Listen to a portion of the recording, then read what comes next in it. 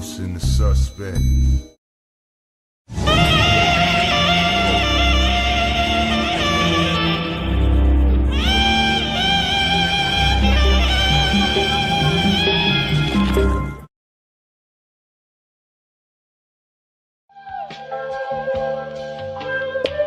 The usual suspect thing.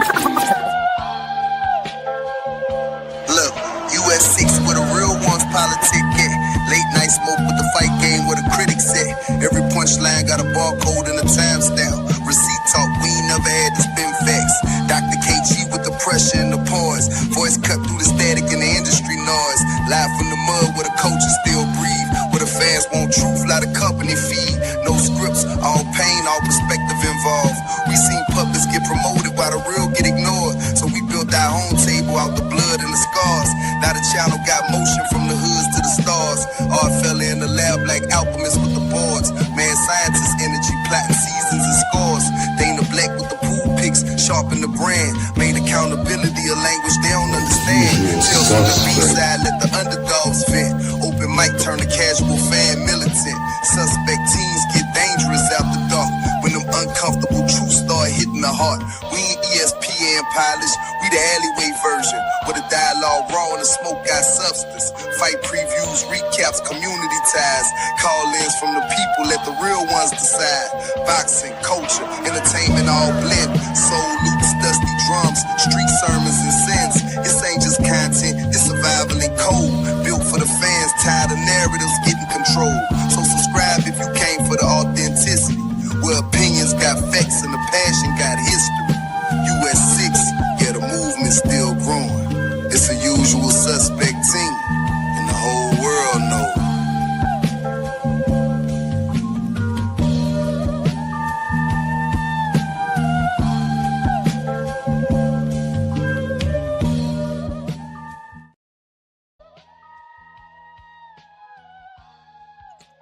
Y'all already know what it is. We are back. We are back. We are back. We are back. This is US6 Sports and Entertainment Hub. I am KG. That's my boy, your favorite yet your most hated. The lounge is officially open. What's up with y'all? Look here, this ain't your polished panel or your scripted debate. These are these raw lines. Raw voices and raw opinions straight from the boxing trenches. Now hit the link in the chat and step on stage. You know what I mean? And you'll get your time to talk. Uncut, unfiltered, and unapologetically. Break down the fight. Call out the BS. You know what I mean? Cape for your favorite fighter. But understand, as hosts, we had a right to pull up with the smoke if your take deserves a smoke. You know what I mean? So if you scared, stay back in the comment sections, stay in the chat. But if you ready, yeah, pull up. You know what I mean? Step on stage. The mic is yours. You know what I mean? Once again, this is Boxing Talk with Teeth. No babysitting, no protection. Just gloves off conversation on, KG. He ain't lying. Yep. Man, how long has it been since the lounge has been open, man? You know what I'm saying? What was the last thing? I think we opened up in the daytime last time we was open. Was it? Or you know what I'm saying? Was it just a random day? I don't know what it was, but it was a real reason for the lounge to be open. You know what I'm saying? And we're back on evening hours. So what's on the menu for the night? All right. Shit. It's interesting. We didn't have an interesting damn time since you know what I'm saying, since now, up until now. So what will be on the menu now, you know what I'm saying, coming from my 6-star chef? Some of the similar items previous that was on the previous menu are on tonight's menu, KG. You know what I mean? Nothing the fire marshal or the health inspector is going to shut us down for it being expired or out of date. Well, it's that time of year, and the health inspector is on vacation, so we might get away with some of these violations, KG. You know what I mean? This definitely won't be getting us violated. Of course, Richmond Punch, Yeah, it's a good you know what I thing mean, right is there. on the menu. Once again, shout out to Championship Minded Promotions, putting on a great boxing event August 22nd. We're talking about the championship fight between Clean Fighter, Natasha Nightmare Spence, and Precious Harris McCrae. Nightmare Spence, of course, will be defending a 154 WBA International title. You know what I mean? That night. We also got Henry Stewart, a Canadian cruiserweight, on the card. He'll be fighting and defending his WBF title against Francisco Ruiz. You know the dig? Glenn DeZern is on the card. You know the dig? And KG, don't we got somebody new? You know what I mean? Don't we got a new fight on this 8-fight card, or now 9-fight card? Well, I hate to be the bearer of bad news. It might be back down to 8. We just got a call this morning, and I don't know, because I didn't get a chance to talk to you. We had a fighter that was fighting Elijah Wilmore. It was Ernest Tidewater Terra Davis. We got a call from Ernest Tidewater Davis this morning, and he had to gracefully bow out of the fight, and it's not fight related. He had an incident over the weekend where he got shot. So we're current. I knew something like that was coming. Man, but we're currently, if anybody knows anybody, you know what I'm saying, reach out to me, Oddfella, or if you're following Championship Minded Promotions. If you got anybody that can be ready to go next Saturday at 154 pounds, 6-rounder, $2,500 purse, your travel and your per diem will be covered. So if anybody that, you know what I'm saying, that's readily available, that stayed ready, reach out to the proper channels, you know what I'm saying, and we can get you on this card for next week. I hate to be trying to build for a short notice fight, but I guess that's inevitable on boxing cards. There's always going to be something that comes up. There's always going to be something that says, hey, this fighter's dirty, or this fighter can't continue because of injury. And lo and behold, we had an injury. Speedy recovery to your boy out there, you know what I mean? Hopefully he'll be stitched up and ready to go for the next Championship Minded Promotion card down there in VA. Once again, if you're not able to pull up to the event yourself, you can stream it on millions.co. Your boy, your favorite, your most hated, will be in the building putting down his commentating game. Oh, man, that got that radio voice. Who gonna be sitting next to you, man? Who gonna be sitting next to me will be the queen, will be the former champion, the current, or I should say multi-divisional champion. Franchon Cruz DeZern will be assisting me with the color commentation of the Richmond Punch Out, y'all. You know what I mean? So once again, if you want to listen, if you want to watch this epic championship card brought to you by Championship Minded Promotions, it's on millions.co, millions.co. Y'all can also get the link off of our website, usualsuspect6.com. Take it directly into the pay-per-view link, as well directly to the ticket link for more ticket information. In the dig. But before we get into any more of our menu, let me salute everybody that's pulling up in the lounge right now. I see a regular. You know what I mean, I see VIP up in here. Marky Dan, salute. You know what I mean? We got Bruce Gas, boxing and jazz and more up in the lounge. Salute. Frontline is touchdown. Salute to you. Blaze pound for pound has pulled up into the lounge. Yes, sir. Big up. Also, we got the Dank Father that done pulled up to the lounge. You know what I mean? Once again, people, we will be posting a link in the chat. The mic will be yours. You know what I mean? To cook on some of these great topics and great menu items that we putting forth. So allow me to proceed. We got Keyshawn Nuggets back on the menu, KG. That's gonna be there as long as that it. sauce is good, man. As long as look, it has to be like these nuggets are sold on the sauce, man. So the sauce has to hit, man. Has to. Well, it's duck sauce. But this is special. This is a 1-on-1. You know what I'm saying? When you taste it, you know what I'm saying? You remember Ron Jeremy? Ron Burgundy off of there. He said, "Tastes so good. Tastes so good once it hits your lips." Yeah. Like the sauce, it has to hit.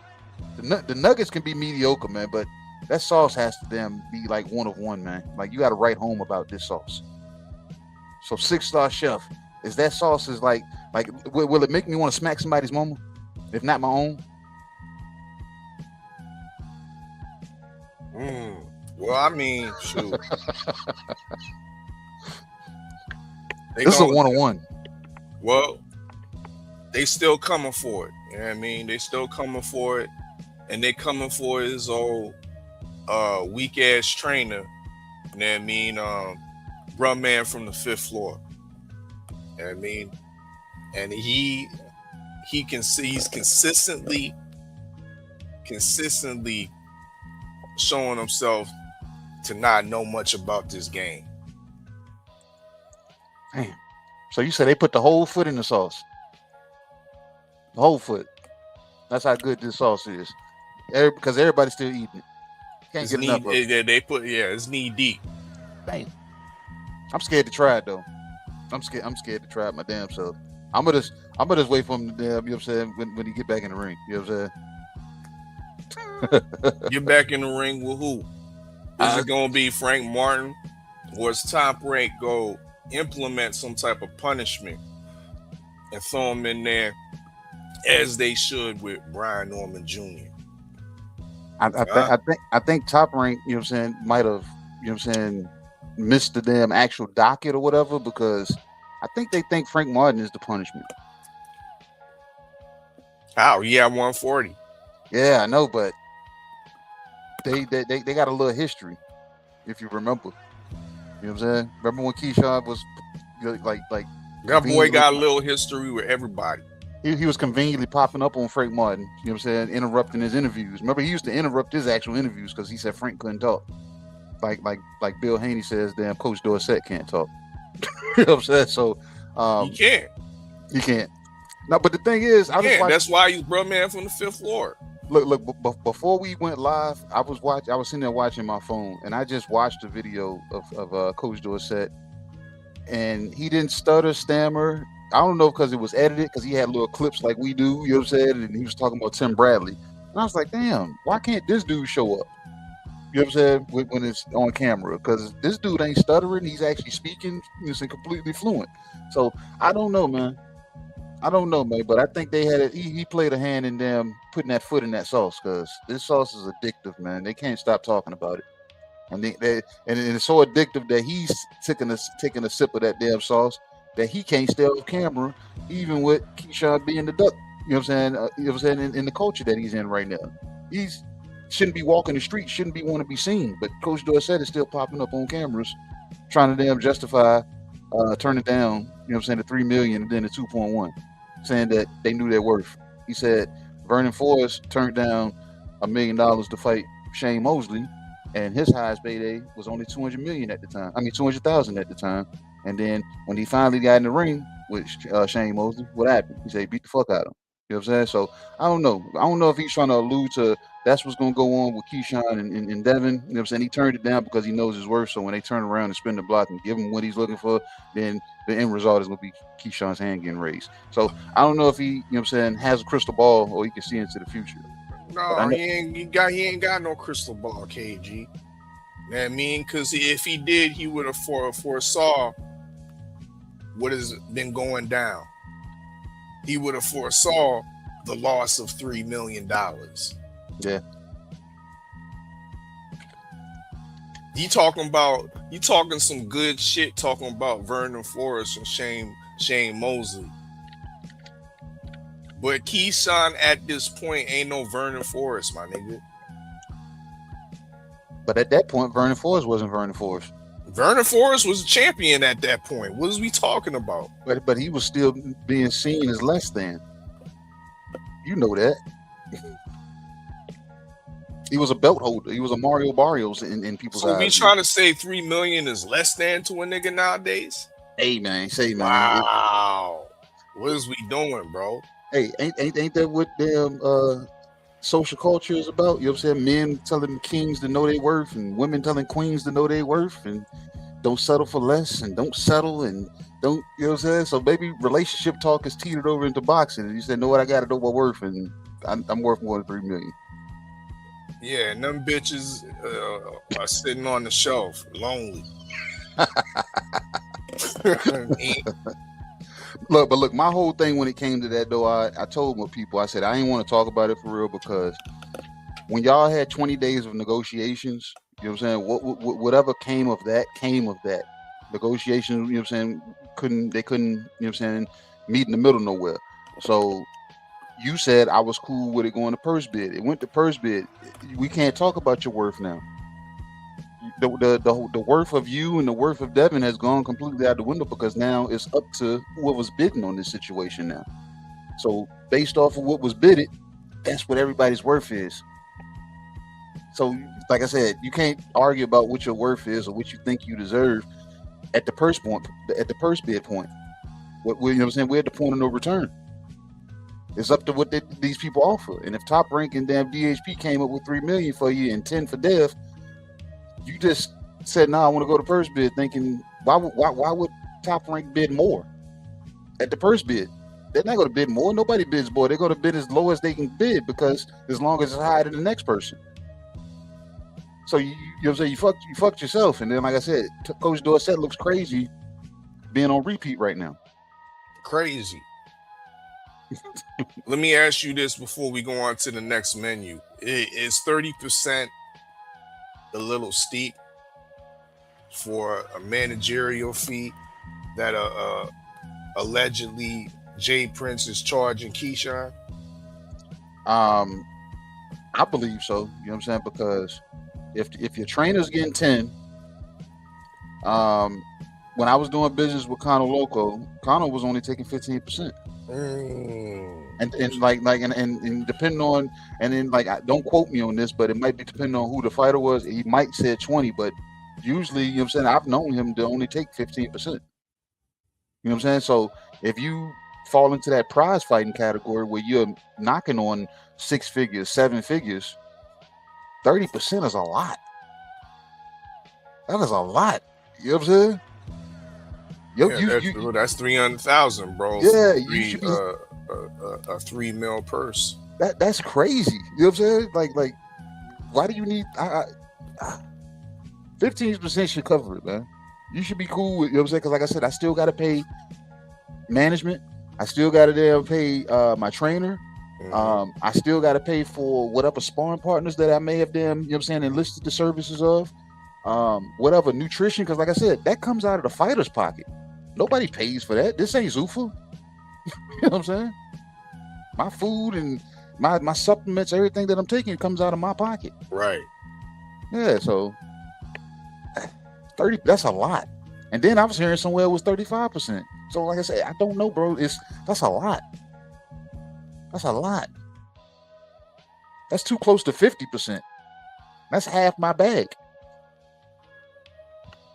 So, like I Yeah. said, I don't know what they agreed on. I don't know if Jay Prince is getting 30% from all of his fighters, or I don't know. I don't know if that's Jay Prince way, but that's a lot of money, bro. Then I got to pay a sanctioning fee too, man. I Three, mean, three, 3 million. I'm walking home with them. what's a little 3% for a nice little belt around your waist, KG? They taking the 3% out of the damn total price, not damn what I got left. So that 3% is bigger at the damn at the total price, and not the tax fee. They get theirs before taxes. They take that gross. So yeah, bro. So that hurts. You know what I'm saying? So I can see where they, but y'all, that's past the point of no return, bro. It's no longer plausible to talk about. You know what I'm saying? What you think you're worth or what you want to negotiate. Top Rank thinks you're worth this. DHP thinks you're worth this, and anybody else that's looking in, Takeover damn Promotions thinks you're worth this. See what I'm saying? Imagine if Takeover Promotions at one.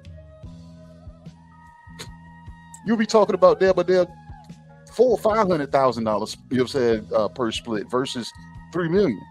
Asinine. Nigga want to talk about what's my worth? How many motherfuckers bid up in that shit, KG? But 2. Mm-hmm. And okay, cool. Some of these other promotions that are under the DAZN umbrella, they might have been told to stand down. Mm-hmm.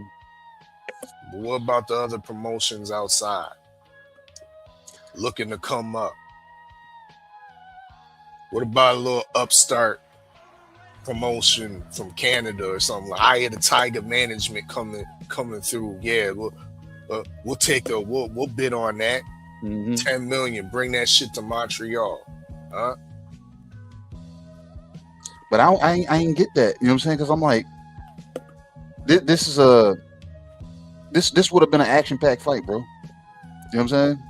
They say Dev has, you know what I'm saying, there's levels to it, so Dev is more superior to him, so he was going to outclass him. Keyshawn has the damn Olympic pedigree. He actually talks it. You know what I'm saying? When he's talking shit, he actually can back it up when he gets in the ring.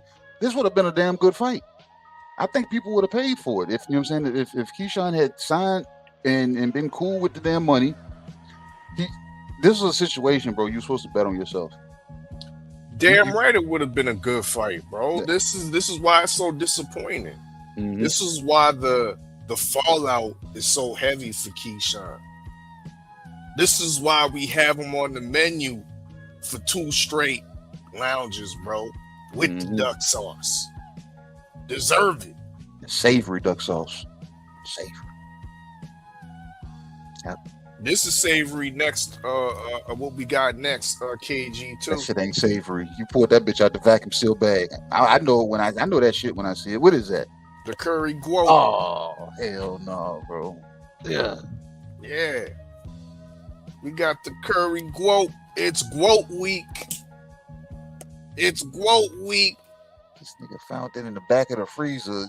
Man, was it even labeled? She talking about fighters or Tam Tebow is green, but she got some greens on her plate too, KG. Oh yeah, plenty of them, and they ain't collared. Nah. Bunch of mixed damn old ass greens that's been cut prematurely. Yep, she's green, but the fighter I'm about to fight only has 7 fights, 0 knockouts. 0 knockouts, 1 loss, 1 draw. More known for being on OnlyFans, KG. That's the first thing I hear when I hear about this lady. I don't hear boxer. Like when I type her name in, OnlyFans is in that search system, in that search engine. I gotta actually type in box rec for her to be acknowledged as a boxer. Yep. So yes, the curry guote is back on the menu as she's made a statement. I don't know why she had to She could have took the high road. You know what I mean, and been like, great victory, Tam. I look forward to meeting you down the road sometime.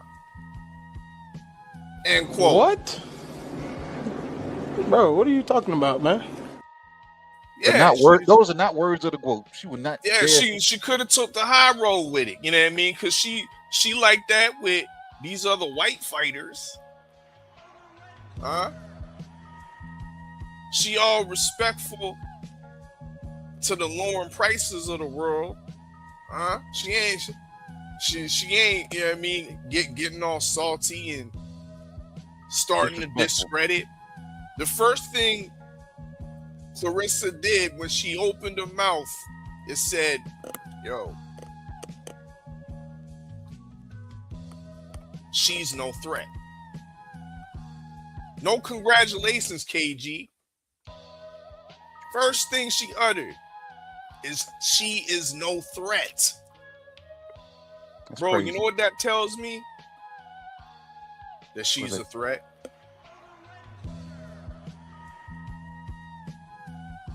Yeah. She was watching that fight, and she was sitting in front of the big screen. All of a sudden, plotting her next moves. An evasion of Tam Tebow. Because just last week, any interview you can hear Clarissa tell it, she all about undisputed. Well, guess what, Clarissa? In order to secure undisputed, you're going to have to go through Tam Tebow. And Tam Tebow looks so good, Not only visually, not only physically,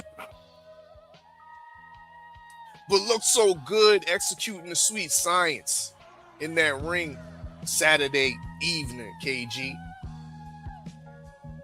Now the people are on board saying that, yo, she's the next threat, bro. She is the next threat that we want to see get in the ring with the GOAT. What is we doing? What is we doing? But I tell you what the GOAT is doing: deflecting, spinning. She want to rap, now she turning into a DJ. Talking about, oh, yo, she's no threat. She's green. She's green. But if you want, but if you wanted to get that L, I'll be that one or something like that. So now you're making it seem like at the end that, yeah, I'll leave the door open. You know what I mean? I still give you that work. But the other 75% of that utter was setting up your duckery, Clarissa. You're not fooling me. You're not fooling the people.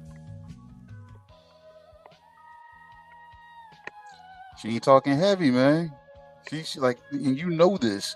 Like, she usually says, "Oh yeah, she ain't a threat," and then that's how I know she don't want no pauses, because she said she'll say that she's not a threat, but then she'll usually add in, "Oh yeah, but she can't beat me though." It's like she still, you know what I'm saying, dragged it out a little bit. You know what I'm saying? Yeah, she's green and this and this. She ain't a threat. If that was somebody that you really would have, you know what I'm saying, said something to, i.e., Alicia Baumgartner winning or Amanda Serrano winning, and you say, you know what, that was a good win, but if I could make that weight, you couldn't beat me. She didn't allude to saying that she could beat Tam like she does everybody else. Like, she usually makes it clear, you know what I'm saying, I'll beat that bitch ass. She can't beat me. Like she just won damn 62 titles and 52 gold medals. I don't care. She can't beat me. You know what I'm saying? She didn't say that. She just said she's green. She's not a threat. But like I said, Danielle Perkins at what, 5 fights? Yeah. 40 plus years old. Franchon Cruz, older woman. You know what I'm saying? I understand she, you know what I'm saying, belt holder, championship champion. Who else? I think Laney Daniels is the youngest fighter that she fought. You know what I'm saying? Like recently. She said Hannah Gabriels was too old, but she's about to fight Kay Scott, who's, I want to say, a year older than Hannah Gabriels.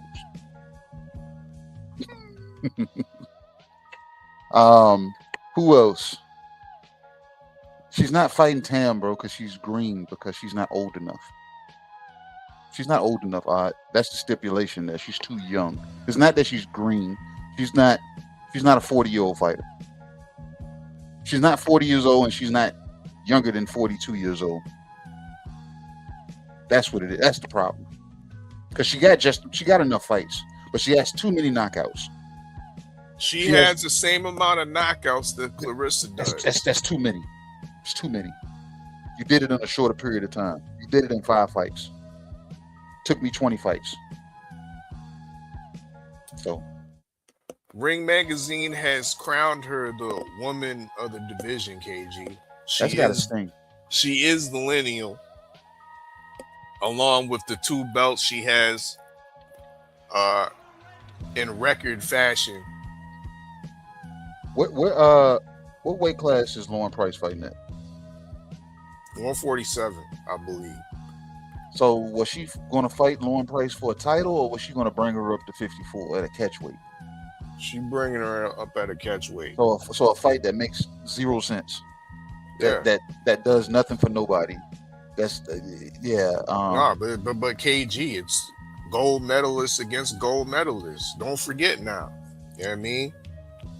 I'm telling you, bro, this woman has turned into Canelo. She going up, moving up, coming down the weight class at just cherry picking, avoiding the real challenges out there for her. Mm-hmm. And her coming to 160 pounds. That's not easy work in that division, but she's already making, you know what I'm saying, reservations to beat at 154 against somebody that don't fight at 154 pounds.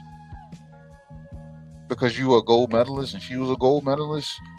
When the fuck does the amateurs play a factor in the pros? Like that's like a talking point. Like Lomachenko, you know what I'm saying, fighting 300 damn amateur fights and losing 2 or something like that. That's something that you say in the beginning. That's not something that you build a fight on. I ain't never heard nobody say, yeah, Lomachenko fought damn 300 damn amateur fights. His opponent fought damn 600, so this should be a good fight. No. Like Devin Haney and damn Ryan Garcia was talked about because of their 6 their starting of history. You know what I'm saying? The history that started them. The 6 amateur fights. But that's not the reason they fought. You know what I'm saying? That's not the reason they fought. So why is she trying to make this something? She's an Olympic champ, gold medalist. I was an Olympic gold medalist 2 times, and who cares?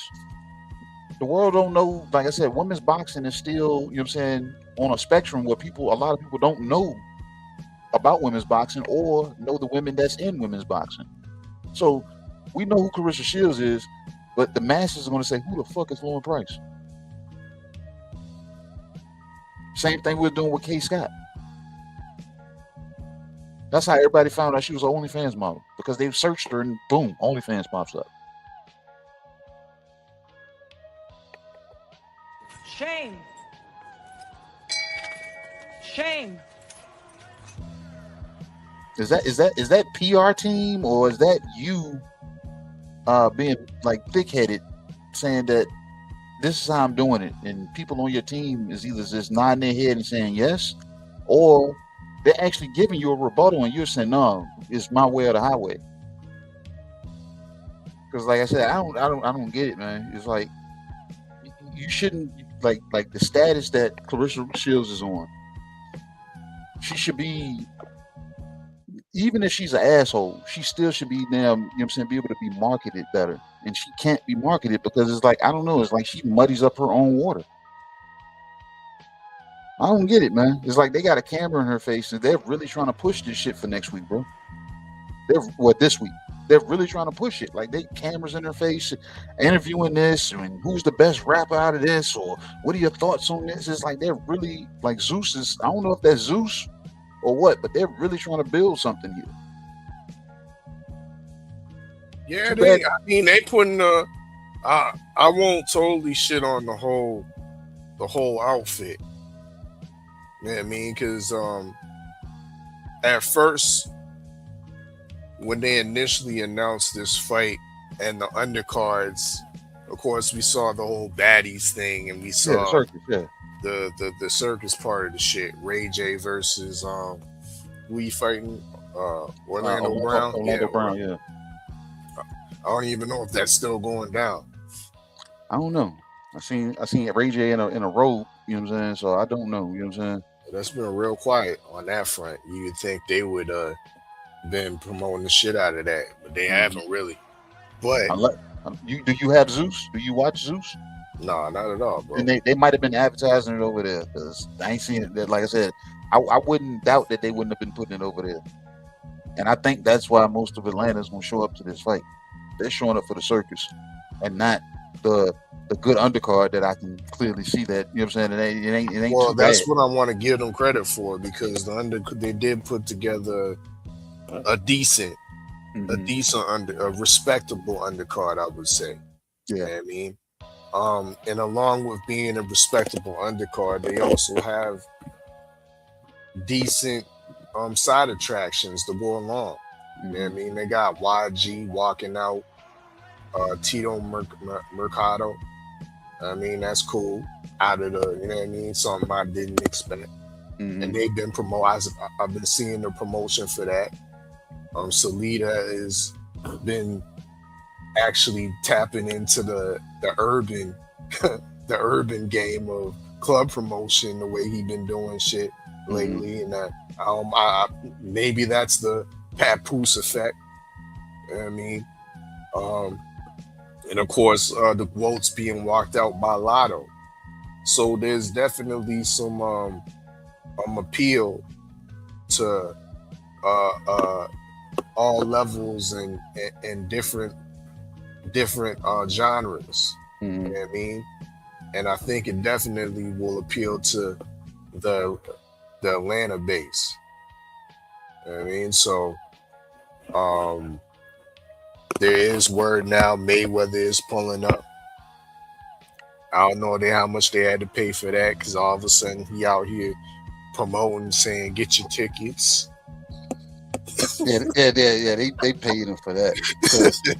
I jumped in the time machine, you know what I'm saying, earlier today, bro, and it looks crazy that that Floyd Mayweather is supporting this event and or Clarissa Shields. When back at the Gap, didn't he sign Savannah Marshall? Yeah, he did. That's crazy. Yeah, he signed Savannah Marshall. Grand Rapids ain't support Flint back then? What the hell? But Nasty you want to support Flint now? Well, maybe he's only showing up so when Clarissa starts talking, he can cut her off and say, "Well, when I did it, you know what I'm saying? When I was, you know what I'm saying, doing the thing, you know what I'm saying? They couldn't fuck with me, you know what I'm saying? Hell of a fighter."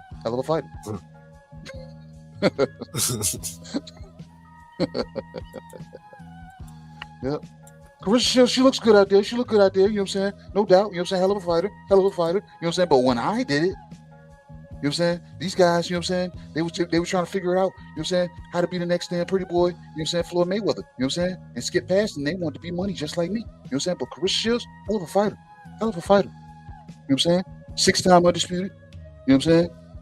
4-time gold medalist. You know what I'm saying? Hell of a fighter. But when I did it, it's never be done like that ever again. You know what I'm saying? Biggest gates, biggest purses. You know what I'm saying? I'm broke right now, but Zeus them paid me a purse and I'm here. What's up with it? Buy your tickets. Buy your tickets. What's Salute next, to man? everybody that's pulling on up. I see Queen combos with Cam. That means salute.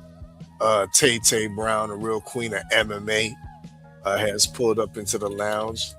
Salute to you, Queen. You got Shelton Moore up in the building. He says, "Yeah, Tam's a dog. Damn right, she a dog. You know what I mean?" Yo, And Clarissa out here evading. Shelton, LDBC strong. I mean, my man says chicken wings. Man says chicken wings. Well, you know what I got to say about that, bruh?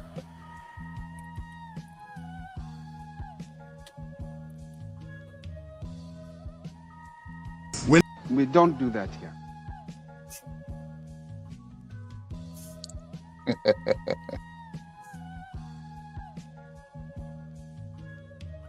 Bud's Beef Suya. Now, I don't know if you know what suya is, KG. I've heard of it. It's West African barbecue. Yeah, I heard of it. Yeah. Nicely marinated. But the special thing about it, meats always taste good barbecued over an open fire on a grill. You know what I mean? Regardless what continent you're on. But the special thing about suya is the dry rub that they sprinkle on it after it's barbecued. Oh, so they put it on after. They put it on before and after. Oh man. Yeah. I gotta try that. I gotta try yeah, it's a dry rub. Yeah.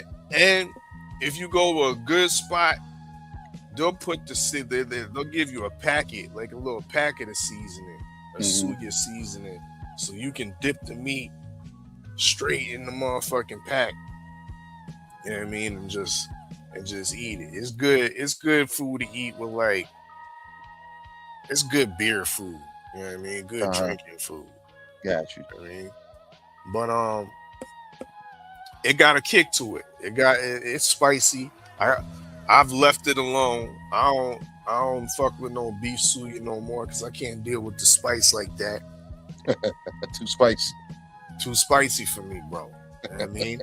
And you see, it comes with a side of onions. You know what I mean? And they said, why you get raw onions with it? Well, actually, the raw onions neutralizes the spice somehow. You know what I mean? It's a good combination. But there's some beef cooking. There's some beef grilling, it seems like. And we had this conversation maybe about a month ago, and you was kind of skeptical about Bud getting that itch.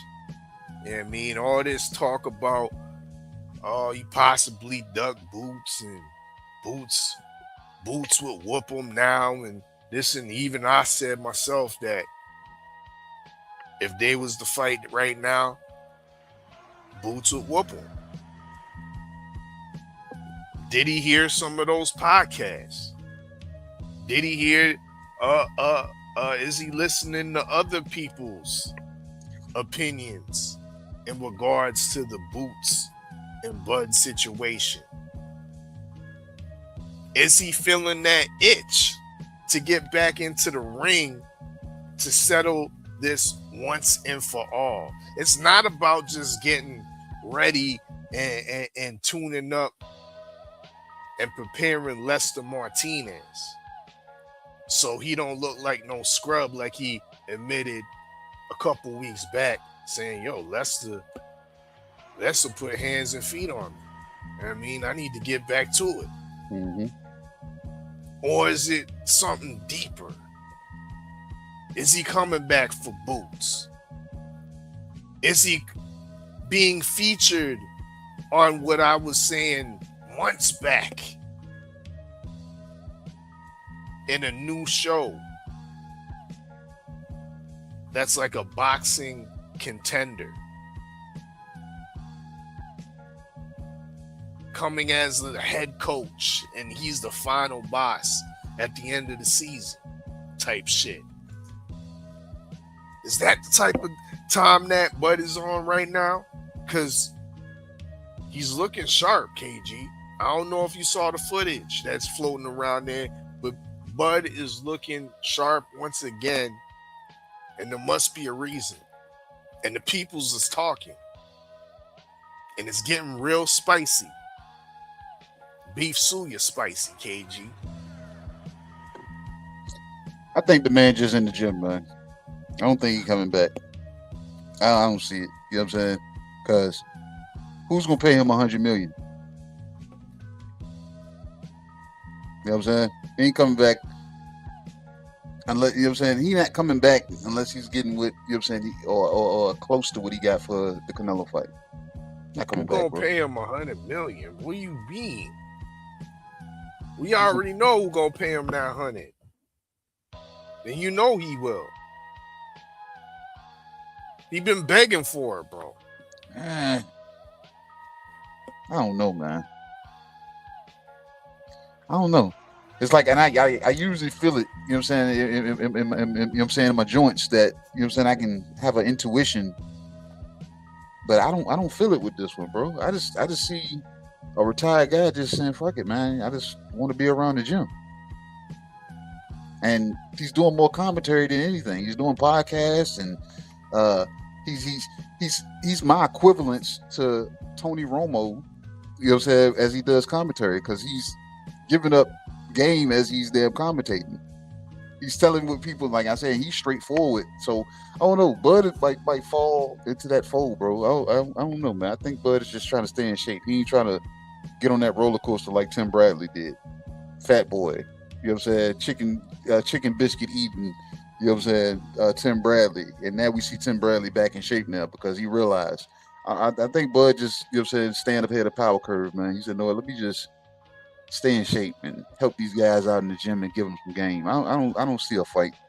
I don't. And if it does, then I'm proven wrong. You know what I'm saying? But I don't see a fight coming out of this. I just don't. Okay. Well, it's up for discussion for the people if they want to grab the mic and speak on Bud's possible return, or he just got a new workout plan. Of course, we got the promo platter on the menu. You know what I mean? If you want to talk about your favorite or your most despised promotional company, my most despised promotional company of the week probably has to go to Boxer. What the hell did Boxer do to you? I really don't like Ben Shalom. Damn. Every time he opens his mouth, it just looked like his breath stink. Like, I don't like that dude, bro. You know what I mean? Damn. And now he just getting extra mouthy. So now I'm just smelling Pause. real talk, bro. You consistently putting out garbage fights.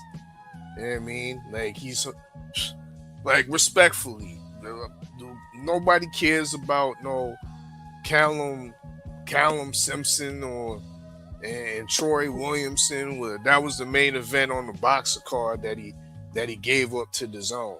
We got a Callum Simpson? I think that's his name. Yeah. Lauren Price is inactive. Another reason why Curry Grope is interested in her.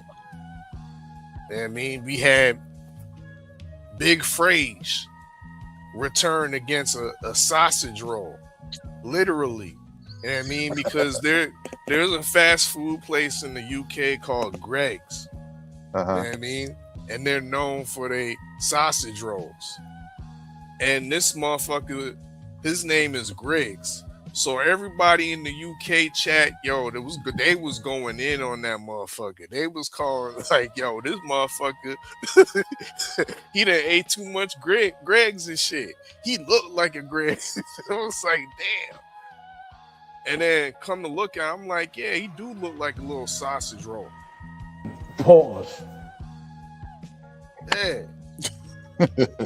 He looked intimidated. I remember Queen 71 had put him in the chat, and she was like, "Does he look intimidated?"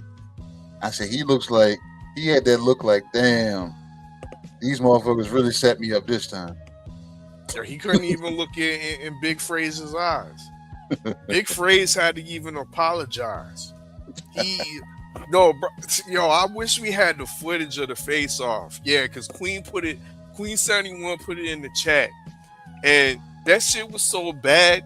Old bitch ass Ben Shalom was behind there, you know what I mean? And he started smiling.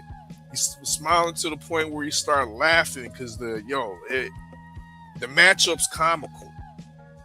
He couldn't even believe that he was putting this shit together and putting it on the zone. So yeah, that's my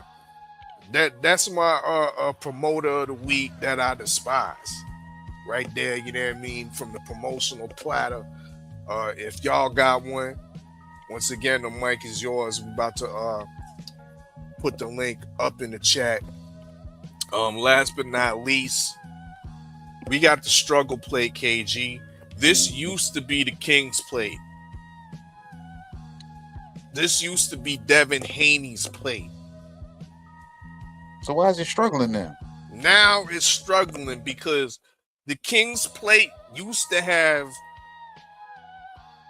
top tier, you know what I mean, ingredients, side dishes, all that, bro. You know what I mean? We had Shitty Cuz on the plate. Mm-hmm. Shitty Cuz got took off the plate. No more Shakur. The Keyshawn Nuggets was on there too, right? The Keyshawn Nuggets was on the King's plate. With the duck, well, no, it didn't come with the duck sauce yet. You know what I mean? Now it's a standalone. You know what I mean? With the duck sauce, but yeah, we had to take that off the King's plate. We tried to put the Australian Pyro on the King's plate, and now I'm hearing we gotta snatch that up too. Violations, KG. What? Bro, what are you talking about, man? Violations, KG. So if we out here getting violated, we might as well put Cat on the plate. What do you mean by that? Cat, you say? Yes, Cat, I say. Does As that in Jack Catterall. That cat wears white boots? Friend. He wears white. Does that cat wear white boots? He wear white boots? Does he? Does he wear white boots? Because Bozy Ennis is in that corner, right? So yeah, wearing some boots, right? Might be wearing some boots. Well, you got the Philly sauce though. It's not. But see, I gotta. Bro, the cat is a struggle plate. This is a TV dinner compared to a Keyshawn fight, to a Shakur Stevenson fight. Let's be real. I know who Jack Catterall is. He's a great fighter. This is an excellent fight. But to the casual fans, what I'm saying, this is a struggle meal, bro. This is the Salisbury steak and the mashed potatoes. That should be kind of good, you know what I'm saying, on certain nights, man. So you saying the King Targaryen plate went from the big fights, you know what I'm saying, the big names on the list. Now we're calling it a struggle plate, going after unifications and voluntary defenses. It becomes a struggle then. Why does it become the struggle because the dance partner doesn't facilitate it being a Targaryen plate still, or is the Targaryen struggling because they don't have better damn, you know what I'm saying, tools or ingredients in the fridge or the pantry. I'm lost here because I'm just like, last week it was big fights. This week is unifications and lack thereof since Pyro seemingly priced itself out. What are these price outs? See, I'm lost. So now we're struggling now? Like how? You say struggle meals taste good sometimes. They tell, depending on how you make it, a struggle meal can taste good all the time. But what I'm telling the people is that the struggle plate that we serving you up with the Jack Cat and raw, don't mind the cat on the plate. It tastes good. God damn it. It tastes good. Yes. But this was a plate fit for a Targaryen. Now it's a struggle. I hope it's good. I hope, damn, you know what I'm saying? Well, bro, I'm actually a tad bit disappointed we haven't got no official announcement yet. Because the last I seen is that Jack Catterall has signed off. He said, yeah, I'm cool with the date. I'm cool with the purse. I'm cool, yeah. I'm cool with the accommodations. You flying me out in an economy, I'm cool with that. Yeah. And he also said, if this fight does not happen, it's no doing on my team's behalf. So yeah, he said that. He was like, yeah, so this, that. He said, I've agreed. I'm with it. Let's do it. If this fight don't happen, just know it ain't my team. So I don't know. So your favorite, from my perspective, your favorite yet your most hated, I'm with the fight. Yeah, don't get it twisted. But I'm gonna keep it real up on this lounge right here and tell you, there ain't no more King's plate. This is struggle plate. Order now. Click the link. Click the link. I'm gonna go pay some bills, fella. We'll be right back.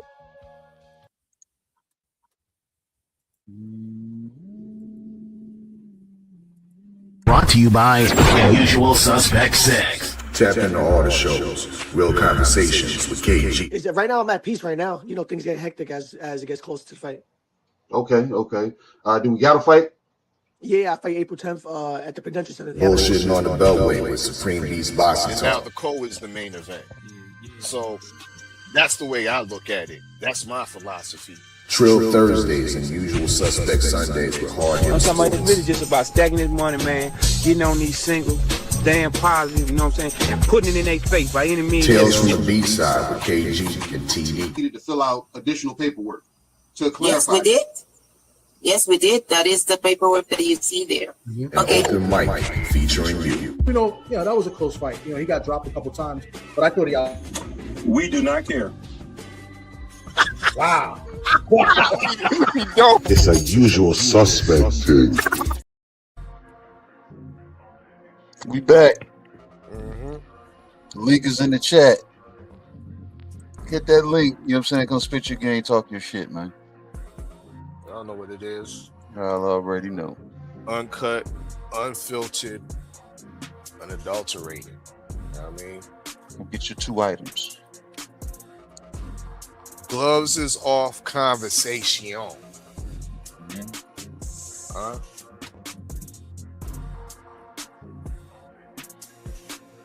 But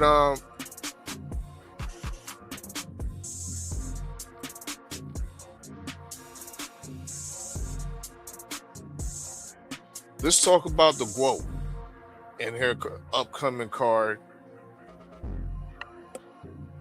Of course, there is the undercard, which let me actually pull up right now. Let's break down this event, because actually it ain't too bad. As a matter of fact, you can put it up on the projector screen, might as well.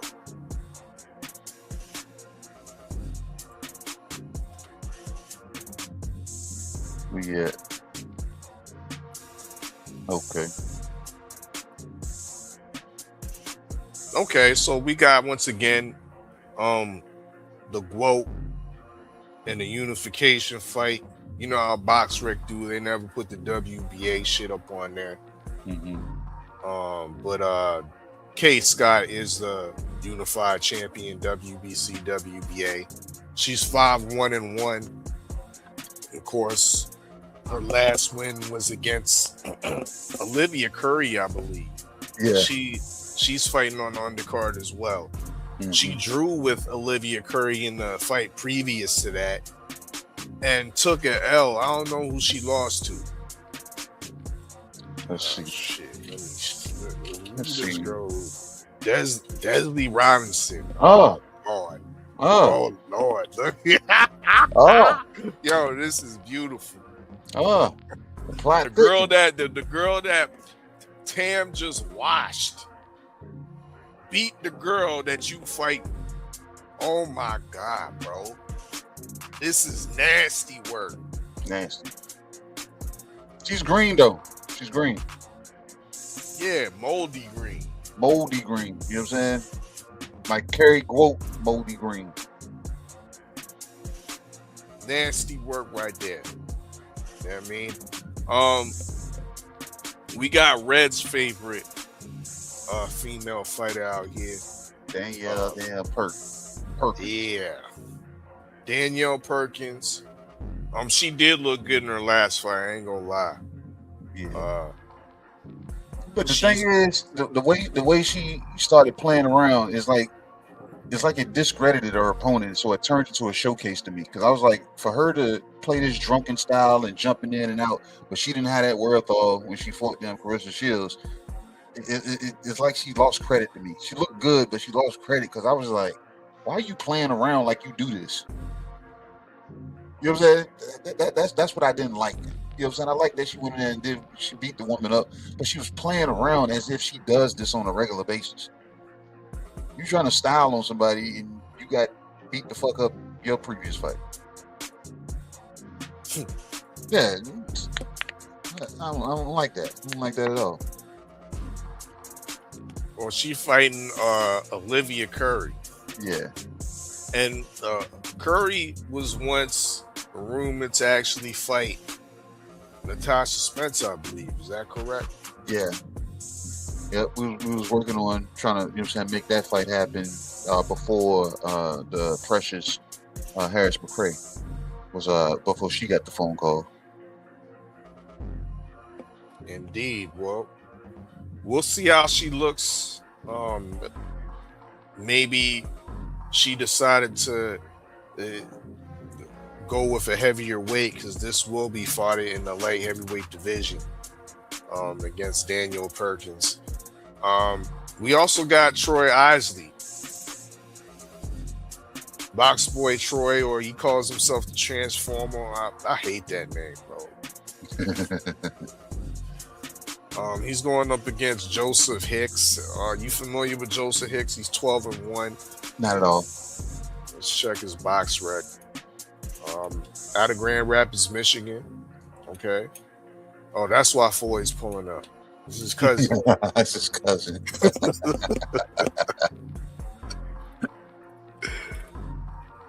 Okay, so I see his he lost to Wendy Toussaint.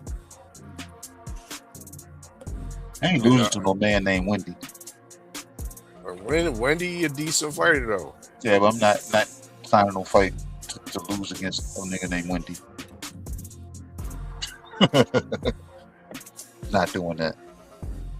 I don't see no notable names on here outside of that Wendy guy that you're talking about. Yeah, not at all. Not at all. So yeah, I see Troy handily winning this one. Nice little showcase fight. Yeah. He might even get the knockout in this one. I don't know. This dude ain't been stopped, so I don't know. And then Troy ain't never been known to punch out of a white paper bag. So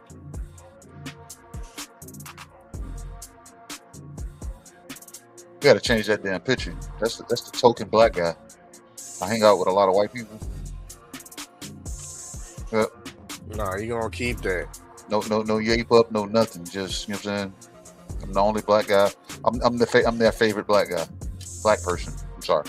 Yeah, I'm their favorite black person. That's what that picture looks like. You leave him alone, bro. He wanna remember his hairline, bro.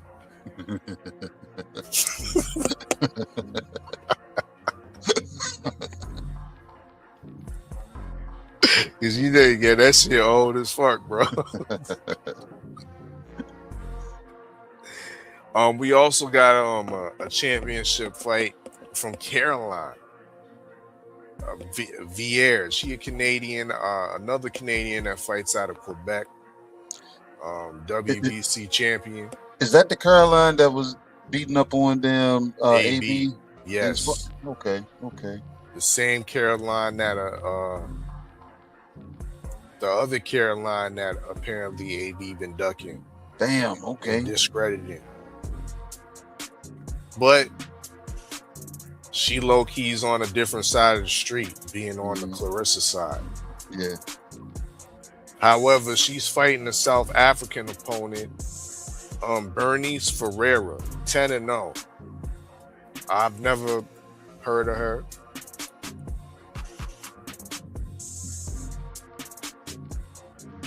"34 years old, alias the Badger." She looked like a damn badger.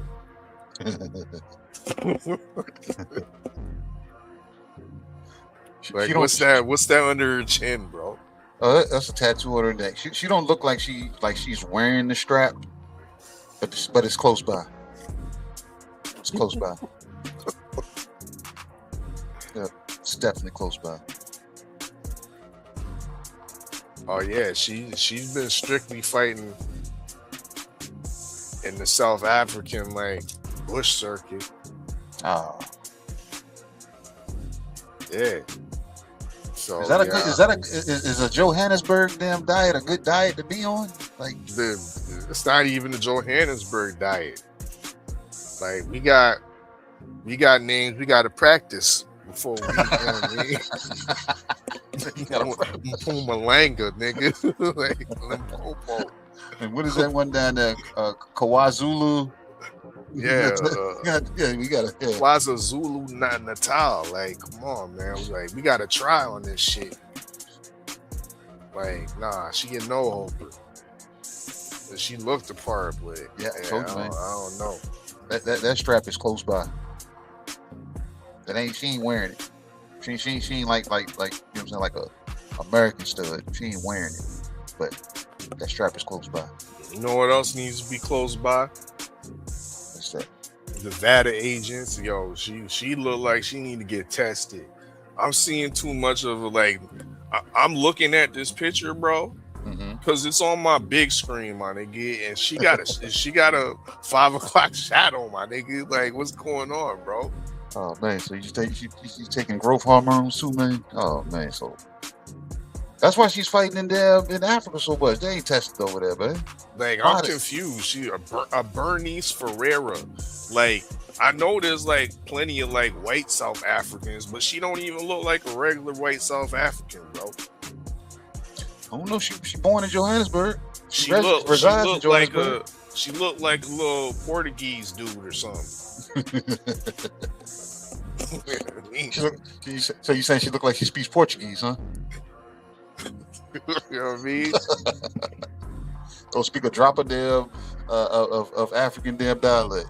She over there speaking Portuguese. She better be careful. She might get purged out.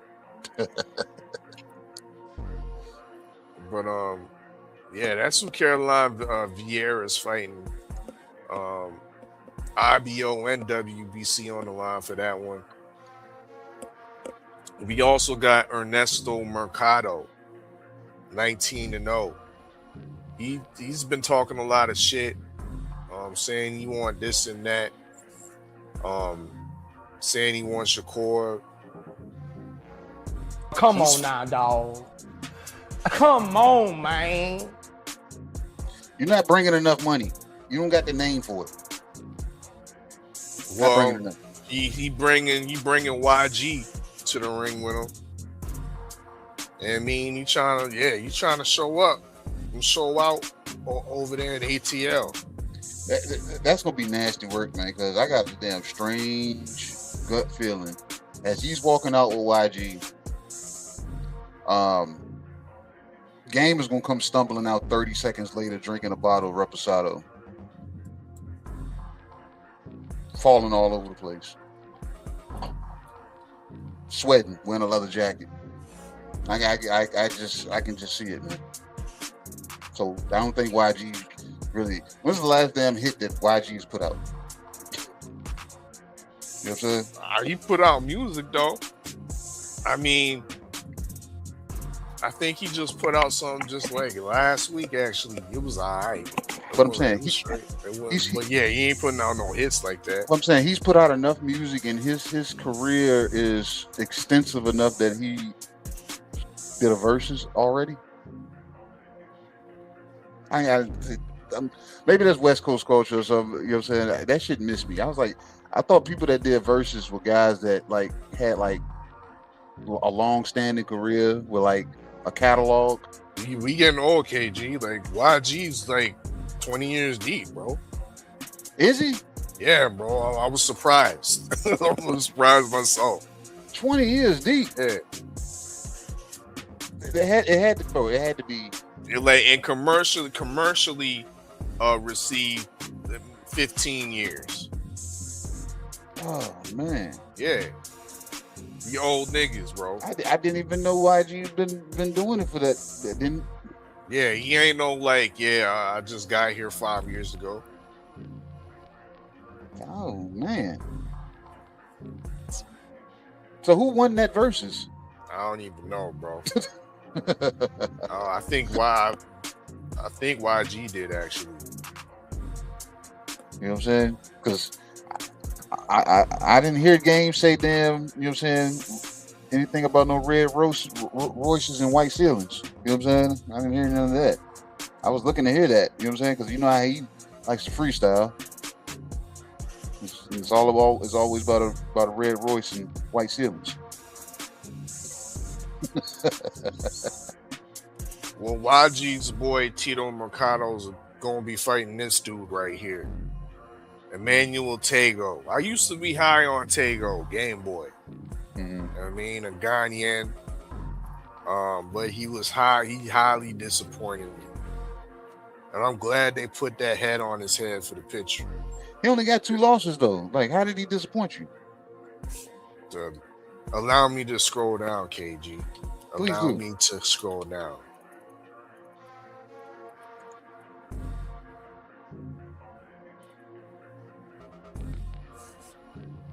This was one of the most terrible losses or performances I've seen from an African fighter thus far. He was a disgrace. He got a disgrace to Ghana, bro. So you can even see I'm not exaggerating, bro, because you so much of the disgrace. His next fight, they wouldn't even allow him back in the country yet. He was like, "Yo, you go to Nigeria." Like, go to Nigeria and prove your worth, my brother. Go to that old school hall. Old school hall, bro. Damn, Like, he got washed by Ryan Garcia. Washed. He was running. No, not even though. This boy was running for his life. My man was running. And he got knocked down in the second round. So, it was an utter disgrace. Like, no, this was like worse than William Skull running, bro. There was points where this man was fully turning his back. oh damn, I don't even remember that fight. What year was this? 2022? Yeah, I don't remember that fight. It wasn't Utter memorable. disgrace. And he's a man that's trying to hold on to his hairline. And someone need to tell him, like, yo, just ball it off, bro. Like, peninsulas ain't it, bro. He said he got a peninsula. Nigga got a peninsula, bro, and it's eroding.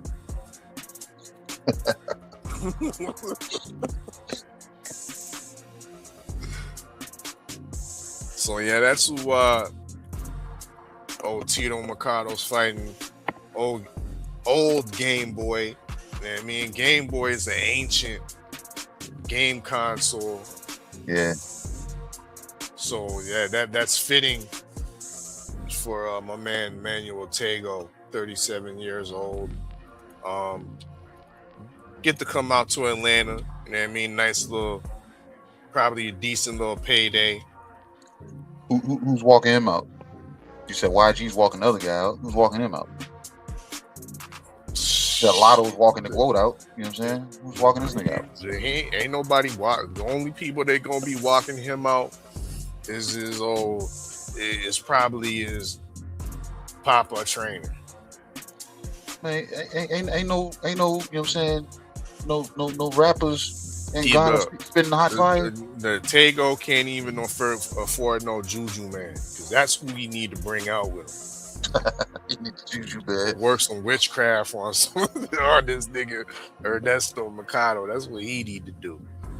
Bring out a good Juju man. You don't need no artists walking him out. No Burna Boy and none of that shit. No Shatta Wale and none of that. Nah. Yeah, man, you need that hot fire being spit when you walk to the ring. Nah, he need that hot powder being spit going to the ring. You know what I mean? Blow that dust out. You say you need the Juju man. Yeah, so that's that card. You know what I mean? Going down Saturday in Atlanta. Once again, this is on the zone. Dimitri Salita, along with can we say Win Records, bro? Because I guess they've influenced the fact that there's so many urban and hip hop artists associated with this event. Well, Salita said we running the charge, we leading the charge here. You know what I'm saying? But this fight will also be put on Zeus Network or Win Network Records. It will be streamed live as well. So if you don't have the zone, I believe you can subscribe or get a register for Win Records or the Win Network and watch the fights that way as well. So, you know what I mean, giving us options, KG. You know what I mean? Credit where credit's due. I'm still not with the ducking, though, man. Once again, she's scared to death of Tam Tebow. And Tam Tebow in her first 10-round fight looked excellent, executing Desley Robinson. Once again, Desley Robinson is the one that put a L on the record of the girl that is fighting Clarissa Shields. Mm-hmm. And Desley could not keep up and deal with that mean 1-2 that Tam was laying down, man. Those were strong punches. You know what I'm saying? So shout out to Desley Robinson's face for being able to maintain. Though Oddfellow said he seen her get knocked out on her feet a few times in that fight, but the body was strong enough to still damn stand on its feet. So shout out to her for being able to take that type of punishment, because her face was getting busted up. That's the easiest way to bust up a person's face, bro. Straight punches. Oh yeah, she was giving her that Botox, my nigga. Mm-hmm. Lips was swollen, had that extra collagen. Yo, straight. You Yeah. know what I mean? Thought that bitch was puckering up the whole fight. And then, and look, I like the honesty from Tam. Tam said when she got headbutted, it's like she's like, when I got headbutted, she's like, I wanted to cry. I wanted to quit. You know what I'm saying? Yep. Like I can appreciate that honesty, because if anybody's ever gotten to a street fight or inside the ring fight and punches are being exchanged and then y'all, you know what I'm saying, cross paths with, you know what I'm saying, you know what I'm saying, a headbutt happens, bro, it sends a thought through your mind. You're like, do I want to continue to fight? Do I even want to do this anymore? Because I know headbutts is not supposed to be a part of this. We're supposed to be throwing punches. I'd rather somebody punch me and hurt me. But when you get that headbutt, like I said, it's out of nowhere. So it really makes you, like, you get hit, you like, because I got caught in the lip, like I got an up headbutted into my lip, and I can feel my lip, my upper lip growing. And I had that thought in my mind. I said, bro, do I even want to continue doing this? Because I can stop this right now and probably get my hand raised because it was a headbutt.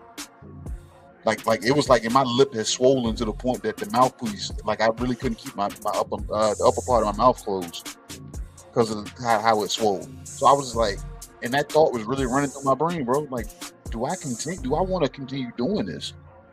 Am I getting paid enough? You know what I'm saying? Like, she bit down. Yeah, and she did. She bit down. She wasn't as sharp as she was in the beginning, but to me, she was still dominant throughout the whole fight. A little bit of sloppiness towards the end, but like I was saying to you earlier, she was able to control the clinches. You see the strength that's coming from Tam. So when she's able to realize or add on to the ability to punch on the inside, get some work on the inside, yeah, she's going to be extra dangerous, especially if they put her in 3-minute rounds. You think 3-minute rounds with Desley Robinson, we might have saw a stoppage. You think they'll do that as far as the stipulations if they make a Tam versus Clarissa Shields fight? They'll make that fight 3 minute 10 3-minute rounds? No. You don't think I think Jake Paul probably would put it out there, but ultimately it will be Clarissa Shields determining what the terms are with the nitty-gritty things like that. She gonna control the ring size. She gonna control how much, if it's gonna be 2 or 3 minutes. Yeah. Now, Clarissa Shields being your fighter, do you recommend her getting a bigger ring or a smaller ring to get in there against Tam?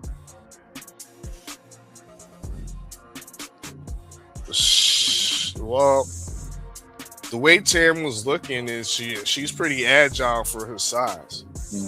So I think a bigger ring would be to Clarissa's benefit.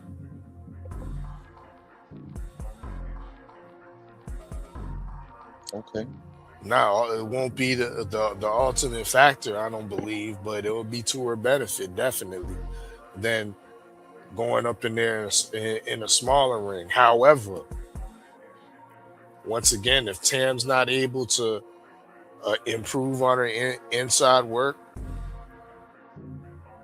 because Clarissa can be able to smother you. She know how to get on the inside. You know what I mean? So there's pros in both decisions, whether you want to take a bigger or smaller ring. But I would still lean towards Clarissa should utilize or try to get a bigger ring fighting a girl like Tam. Okay. You don't want those straights coming down on you because when you don't have enough room to navigate and all of a sudden you're backed up against the ropes.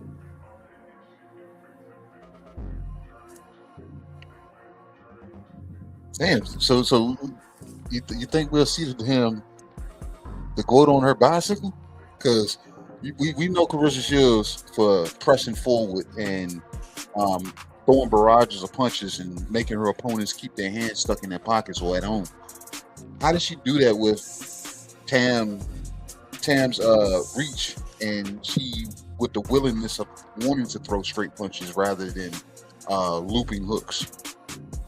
Like everybody that usually fights Carissa are throwing like looping punches, like missing her, where she's able to get her head off the line and slip and dip, and you know what I'm saying, and get close and start, you know what I'm saying, trying to overwhelm her opponent.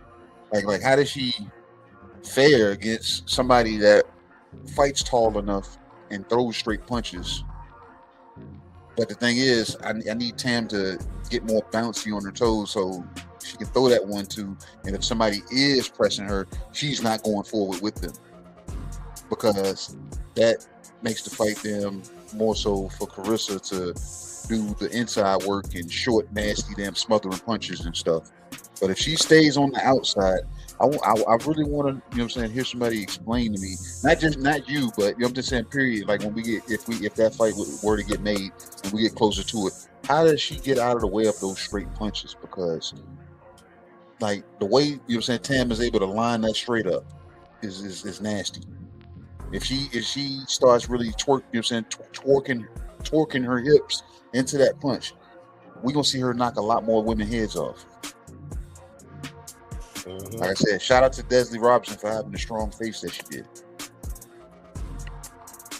Because I think if she didn't have that, I think that Tam would have folded her up before we made it to the second half of that fight. Yep, she was getting clipped cleanly. Like too clean. Like nobody, like no boxer, you're not supposed to get hit flush like that. You should be able to see the punch, even if it at the last damn nanosecond. Get your head to move it, you know what I'm saying, to take something off of it. But these punches were square punches. Yep. Yeah, the corner had cause for concern. You keep taking punches like that, we're going to have to pull you out of there. You know what I mean? So, great victory for Tam Tebow. She's now the Ring Magazine champion as well as the unified champion, picking up 2 belts from that victory over Desley Robinson. And we can now hope that once Clarissa gets through with this OnlyFans model that somehow has 2 belts, that one day in the future, possibly in 2027, these 2 ladies will meet in a undisputed matchup, and it's fair to say it's probably the best fight in female boxing right now. 2 ladies that are, one's coming into her prime and one's already in her prime. I'd much rather see this play out than the AB situation.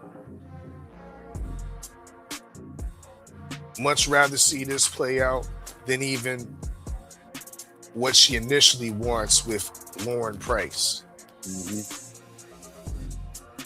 So we can only hope, and we can only spit our game and talk our shit and plant our seeds and make sure that them seeds grow into something. Y'all also got the opportunity, because the link is in the chat. Link is in the chat to spit your game and talk your shit. The mic is yours. They say ain't nobody trying to get drunk on Monday, man. I think that's what it is. There's plenty of food here on the menu. Still got to pay for that. The drinks are just free. I mean, ain't nobody want to spit. Yeah. I don't know, man. Maybe they had a taxing weekend, or they didn't watch no boxing this weekend. Everybody was still talking about the damn Keyshawn nuggets. Maybe that's what it is. They still, it's the sauce, man. It's so addictive, man. They can't help for it to them continue to talk about the Keyshawn nuggets. The sauce is so damn addictive, and it's damn a standalone meal. And you don't just get like a little 6-piece nugget or a 10-piece nugget. You get like a whole bucket of them. You know what I'm saying? Of these nuggets, and it's endless damn duck sauce. Never ending duck sauce. The container goes empty. We'll gladly refill it. So y'all ain't gotta come drink, man. Pull up, man. Come grab some off this menu. I carry quote. Like I said, I feel it. I talked a lot of shit about it earlier, but it was in a vacuum seal bag, so it's been preserved. So it, you know what I'm saying, it might still have, you know what I'm saying, some edible qualities to it. The struggle plate though, odd man. Nobody's gonna damn, you know what I'm saying. Nobody with the mind of a DHP damn supporter is gonna support that, man. They don't struggle, man. They still eating Targaryen plates. Hey, but man. What they're trying to. Time is ticking. Because one of the brothers was trying to tell me he only been out for 6 months. But I did the math, and it's actually 9 months. And we still ain't got no confirmed, signed, sealed, and delivered fight. Nope. So am I reaching by saying it's a struggle plate? No, because it is a struggle plate. Because we like my boy 503 would say, man. The man is 0-8 or 0-9 or whatever it is now. You know what I'm saying? But we got our first guest at the damn lounge that just pulled up. It's my guy K-Rod, man. What's up, K-Rod? Hey, how's it going? What you got for us, man? Don't sound so excited. Yeah, sorry about that. But overall, like, I just wanted to get my take on a few topics. You got some audio issues, K-Rod. Can you hear me? I can. It's like we can hear you, but you kind of muffly. Yeah. All right, like I'm gonna come out and come out back. Okay.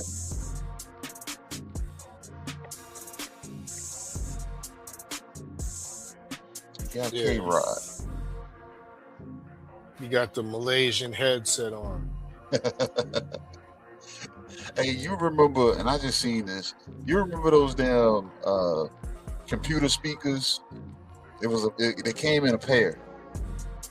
And if you had these speakers, they could predict when your phone was going to ring. Yeah, like you hear like a boop. Yeah, they'll make a noise before your like, and the noise will go off, and then all of a second later, your phone will ring. Yeah.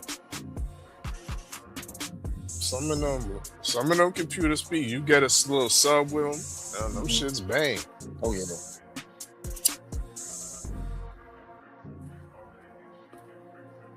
But yo, I ain't lying, bro. Like, that's a struggle meal, bro. Struggle, man. God, and it is a struggle because, like I said,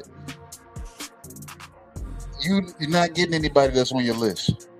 Well, is the list still relevant? Because I remember T.O. had got scratched off that list, but I'd seen that list again and I didn't see his name with a line through it. So it's like T.O.'s back on the list. You know what I'm saying? So it's, I don't know. But yeah, K-Rod is back. Let's see what he got. K-Rod. Yeah, that's better. Yeah, that's way better. All right. What you got for us, K-Rod? Pretty much I just wanted to talk about a few of the topics. I wanted to touch base on the I guess like the Clarissa Shields, K. Scott, situation. I think this is a cherry pick. I think Clarissa, she didn't really need to fight K. Scott. I think honestly, like, I think in terms of like opponents, she doesn't really have that many options left. But I would like to have seen her fight, different, opponents that are actually like, being more active and have like a better resume. I think moving down to 60, I just don't think that's a good idea because it's like one, you know, she's cutting all she's cutting all that weight to go from heavyweight right back down to 160, and it's like there's really nobody there. Like, I mean, yeah, granted, congratulations to Tamara beating Desley, but I just think after that, it's like what's really next? Like I just don't think Clarissa really has anywhere else to go, and I think where it stands right now, it's like, there's really nobody left. Like, I think as far as, trying to just get, these type of fights in just doesn't really help her. I think if anything, she's already accomplished enough in her career, and I think it's time for her to just basically hang it up. Are you saying she should hang it up? Hang it up. Yeah. The OnlyFans model hanging up, or Clarissa hanging up? We don't. She ain't hanging up nothing till she fights Tam. Well, yeah. Well, I think at this stage is Clarissa. She's already done enough. It's she's a 3-division, undisputed champion. So it's for her being here after she's already fought, a good load of competition. I really don't see anybody else to be really there to be a big marquee fight. So K-Rod, you saying she should go ahead and hang it up because there's nothing else for her? Like what does she do after this? Does she become a a greeter at Walmart or something? Where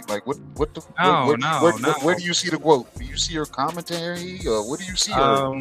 Personally, I'm fine with her still doing her part within boxing with her own promotional business, or at least if she wants to continue managing fighters, or hey, I'm fine with seeing her commentate fights. She had she has a good personality, in terms of how she can come into big name card card fights to kind of give her particular insight. So it's knowing that she already has a pretty big social media following, I think she has plenty of avenues to create her own business, ventures to build up her name, a lot bigger.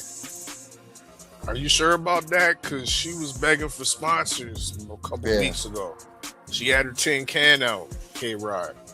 I mean, not even Win Records had they patch on her garments. On her kit that she's supposed to be wearing in Atlanta come Saturday night. So I believe she still needs to pursue and make hay while the sun's shining, while she's still in her prime. You know what I mean? While she's still a hot name, a hot topic of discussion, good or bad. She can't hang him up now, especially with all the shit she been talking. Yeah, but is that a good move heading into the older stage of her career, where she's gonna eventually be a lot more slower, and then somebody who's gonna be younger can possibly come in to take her out. So it's I think that type of cycle has to be has to be properly considered. So therefore, Clarissa can just capitalize on the big fights before she gets older, before everything is to be signed and sealed off for her to basically get out of boxing. Bro, how old is she? She's 31. Yeah, I say you're already wrapping the blanket around her. Yeah, coddling. Once you hit 33 in boxing, that's basically it. Oh, yeah, but you just said she's 31, my dude. She's 31. So, but look, 35. I can see we have this discussion at 34, 35, because I'm saying that's when you're right there at that bridge that you could be on the wrong side of 35 because of how your career treated you, or you could be on the right side. She's only 31, 32 years old. I don't want to, even discuss, and I have a disdain for Clarissa Shields, but I'm not ready to discuss her hanging it up right now yet. I don't, because like I said, with her coming down from light heavyweight division down to the, to the 60s, and potentially a catchweight at 54, there's still some women in those two divisions that are willing to get active. Like Michaela Mayer. I would like that fight because I like Michaela Mayer heavier. Mm. You know what I'm saying? Natasha Spence, you know what I'm saying, is creeping up the WBA ladder. I would love to see that fight because Natasha Spence has shown and proven to be able to withstand women bigger than her. Shit, I would love to see Hannah Gabriel get her work in. Yep. Since she like to, since your girl like to see like to fight old women, respectfully. Yeah. So well, that was my yeah. Well, that was my biggest problem with Clarissa as she was coming up. You know, she was pretty much fighting, you know, a lot of the females at the world title level that were a lot more, I should say, older and basically past their prime. So it's like, granted, congratulations, you know, like you made it to, like, you know, like you made it to the top. But as far as like the actual like difficulty within competition, like the only toughest fight that I could say that really gave, you know, Clarissa Shields a lot more problems would be the Hannah Gabriel fight. So therefore, that, you know, that really showed to me that, you know, Clarissa, she had like a lot of dog, and even though that she got dropped for the very first time, she actually she actually showed a lot more heart and grit. So, you know, I actually like that out of her, but I was wanting to expect more fights like that. But I think just due to this current generation, as far as how she really came up, she didn't really have that many, like, you know, females for her to kind of create like a bigger, you know, I want to say I should say a profile for her name to be more, I want to say like I guess like properly recognized with her fighting like opponents. Okay. Yeah, but yeah. Go ahead. Yeah, like I was just about to finalize to say, as far as Clarissa's, you know, end goal, like, is it just better just to like go for like marquee names rather than just going up and down to certain weight classes for her to just get belts and then basically end up vacating them and just only go after like certain fights that actually make sense as far as making more money? I mean, I said earlier she coming off like Canelo to me. Yeah. Yep. Yeah, I think yeah, so like I think really she's yeah. Like I think she has that type of a persona. I apologize. Sorry about that. No, I mean, she's taking it to me. I agree wholeheartedly with what you're saying, because to me, she's taking this opportunity because it's Kay Scott and she has 2 belts. If Kay Scott didn't have 2 belts at 160, do you think Clarissa Shields would be slimming down to get to 160 to fight her? No. So it's a cherry pick. You know what I mean? It's a strategic move. I believe her plan that this would be a short stop en route to a catch weight with Lauren Price. But guess what? There's a new threat that's entered the landscape that has all the people now believing that the GWOAT really has a challenge out here. And that's Tam Tebow. And I didn't like the way the GWOAT responded in lieu of Tam Tebow's championship victory.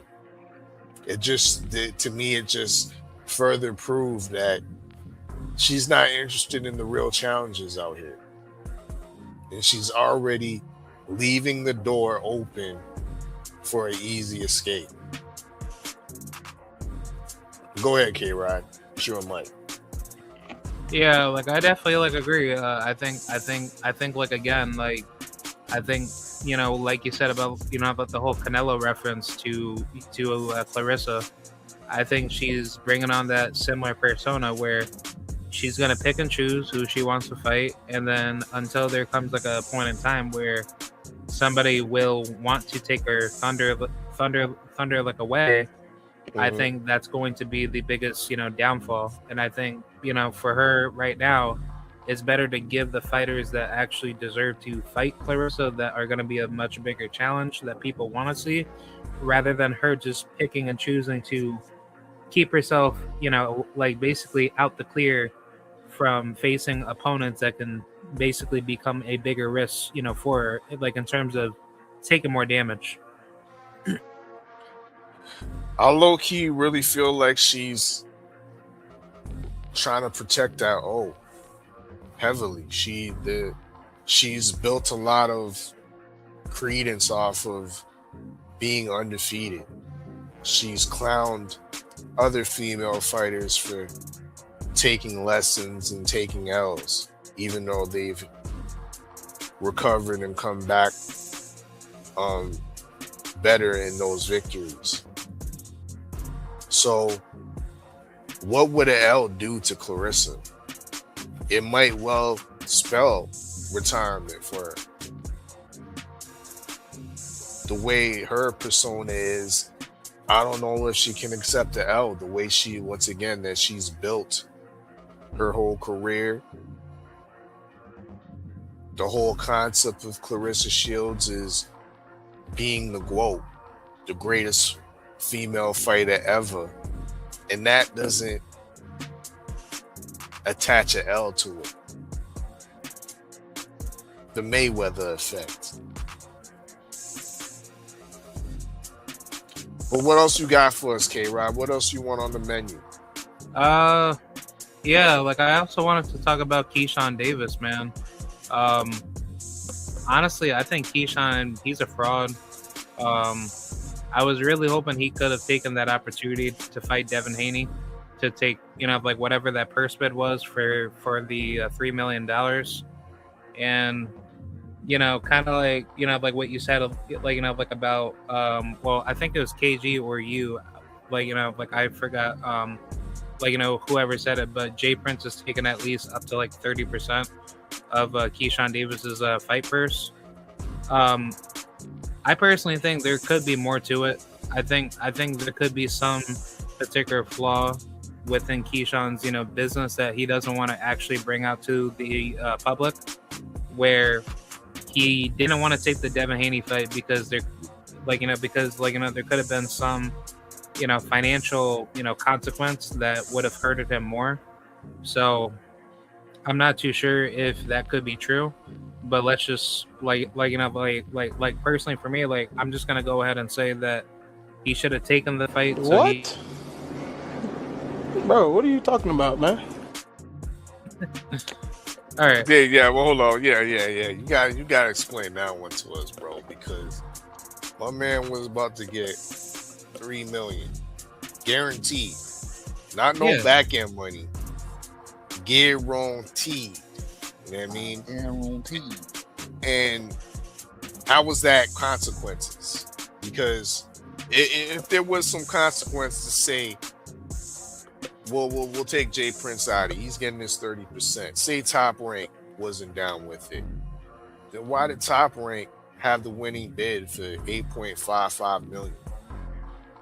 Getting their fighter at least what $2.1 million to boot for a unit for a mandatory fight. Remember, Keyshawn Davis is a mandatory. Not no champion coming in there trying to stipulate a 50-50 fight or 55-45. He's a undeserved mandatory that hasn't had a fight at 147. And he's walking into a minimum of 2.1 million. What are the consequences, K-Rod? Well, the consequences could also be, like the particular stipulations that Top Rank could place onto Keyshawn to say that if you lose this fight, there will be lesser, financial growth as far as like what will basically be offered, like, directly for him. But then again, it's still a mandatory fight. So it's like Keyshawn Davis, if he really wanted this fight, you should just go ahead and take it. And, like regardless if you win or lose, that's still a fight that, that you should take, because, if you want to fight Devin, then just take the mandatory split. And then however that plays out, that's that's your particular path.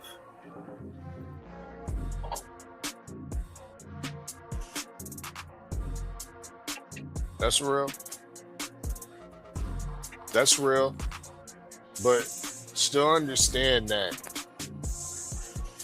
Keyshawn's team, whoever, maybe not in his immediate team, maybe it was the management, Jay Prince. Maybe it was somebody on the side of this promotional team in Top Rank that sent over the manila envelopes, K-Rod. They campaigned for Keyshawn. Once again, Keyshawn wasn't even a champion at 140. Keyshawn was the same dude that lost his belt due to being undisciplined.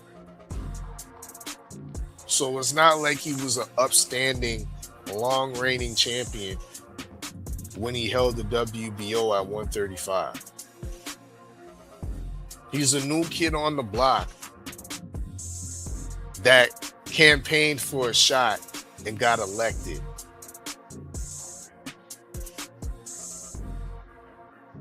And if he went through with the fight and actually, he didn't even have to win, K-Rod. He had to make a good showing. He could have lost by split decision and his stock would have risen. No consequences, K-Rod. Because this is what we want to see, especially with our young black fighters, putting it all up against the line, not worried about they owe. But it seems like somebody in Keyshawn's team was hella worried about they owe, because they couldn't have been worried about the bag.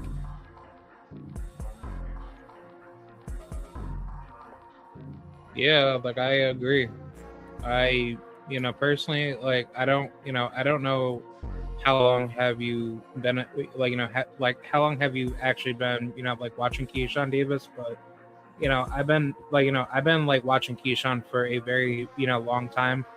And when he debuted, back in the past, I actually did remember him saying that he wanted to fast track his career for him to become a world champion and get his name to become a lot bigger.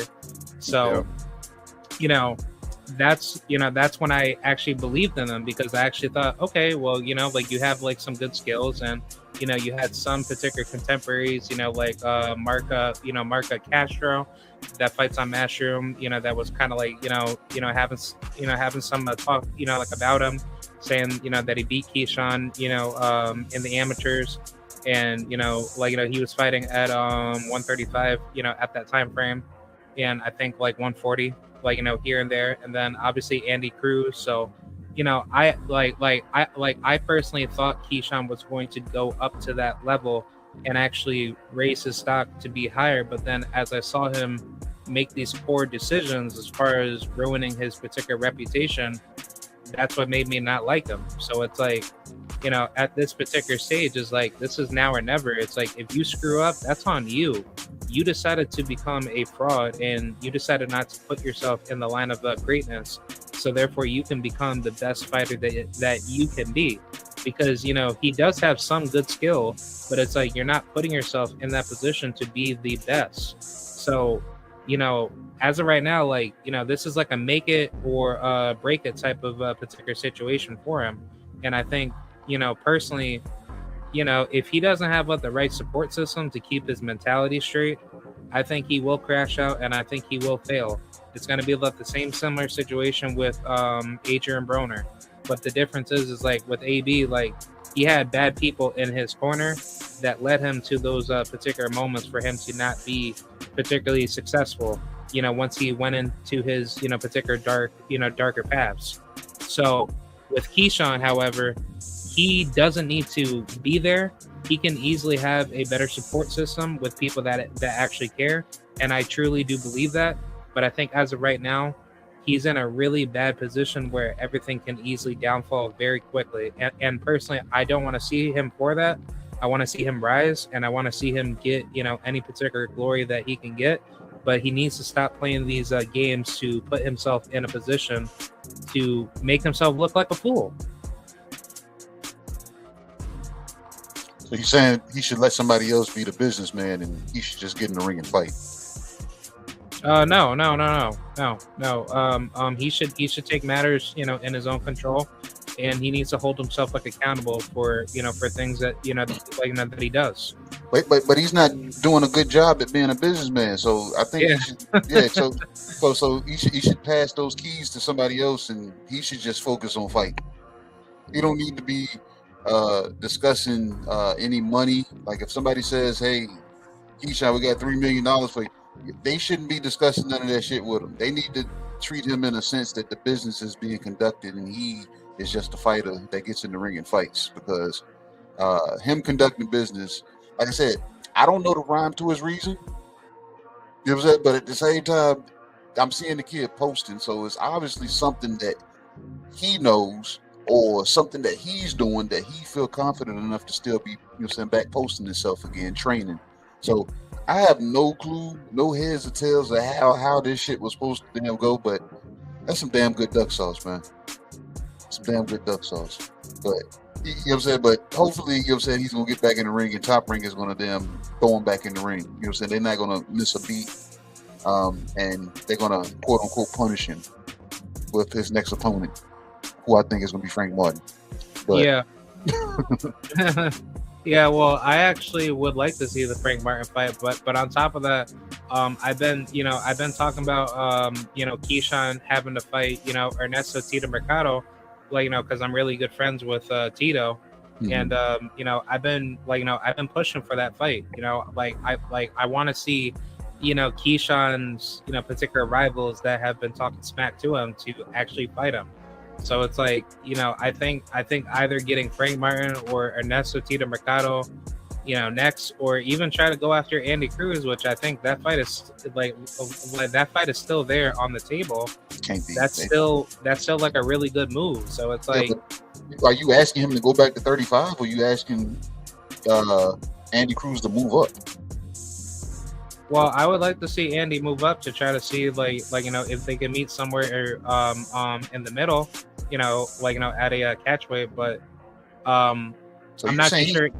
You saying he should deter all the way from with the career, with the path is, and just go fight a catchweight fight against Andy Cruz? Like, what does that do for his career right now? Andy already lost to Raymond Montoya. So, yeah, I understand that. I just want to personally, I like to see that fight because they actually got beef. That's all. But yeah, but as far as Keyshawn Davis's career to be where he's at right now, my roadmap as far as fighting names at welterweight, he could fight Brian Norman. I like to see him and Janelson Boca Chica Figueroa fight. That's a good fight. Him and who's that other guy, the Lithuanian fighter, Imantas Stanionis. And Stanionis would be a good fight. Or would that be tailor made for them, Keyshawn? Because Stanionis is gonna be right there in front of him. Yeah, I agree. I think that's just gonna be a knockout victory coming for Keyshawn. I personally wouldn't mind seeing no, that's a good fight. That's a good fight coming up in the welterweight division. Because that's a stern test. So Stanionis ain't no bum. No, I ain't say he was a bum. I just say he was gonna be right there in front of him. Yeah. Yeah, with some educated pressure. You think Stanionis ain't learn from that Boots fight? Hey, yeah, we talking Come about on now, dog. Come on, man. Yeah, we talking about a Lithuanian Olympian. He packed with some tools. There ain't no just walk in the park fight for Keyshawn. I don't mind that fight. That's a good introduction into the division. Who's staying on his side? He's still a PBC fighter. Okay. So it could happen. Yeah. They under the same umbrella. Yeah, I actually wouldn't mind, seeing the fight, but I think, just going back to your point, KG, I think that might be a tailor-made fight, based off of like how Keyshawn fights. I also wouldn't mind the Rohan Polanco fight. I think Rohan is a really good tough opponent for Keyshawn Davis, and I actually spoke with Hector Bermudez when I went to the Manny Pacquiao fight card over at the Turning Stone Casino up in Verona, New York. So I think him and Rohan can very well fight, heading into the future. I was sitting maybe two rows behind Rohan as he was watching Keyshawn's fight. And I was watching him, and I can tell he wasn't just watching the fight, he was actually studying the fight. So, few people will say that would be an interesting fight, but like I said, it might be my Virginia bias, but I don't see, nobody that we just named beating Keyshawn. You know what I'm saying? So. Yeah, I think I think like 147 is a really bad division as of right now, and I think that once it gets heated up with like more competition heading into the future, I think 147 will be back on top. I think as of right now, this is Keyshawn's like shining opportunity to at least like go get some other titles. He could definitely get the Liam Pero fight, or maybe go after Ryan Garcia, or basically anybody else, that's basically sitting right there. I feel it, man. You made that face, man. You know what I'm saying? Everybody that we just named, who beats him? And I don't want to hear your take on who gives him a tough fight. You made the face. Who beats him out of everybody that we just named?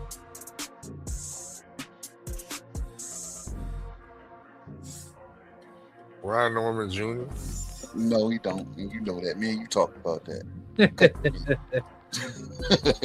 Yeah, I think Brian Norman makes a lot of technical mistakes, and I think Keyshawn can definitely catch him.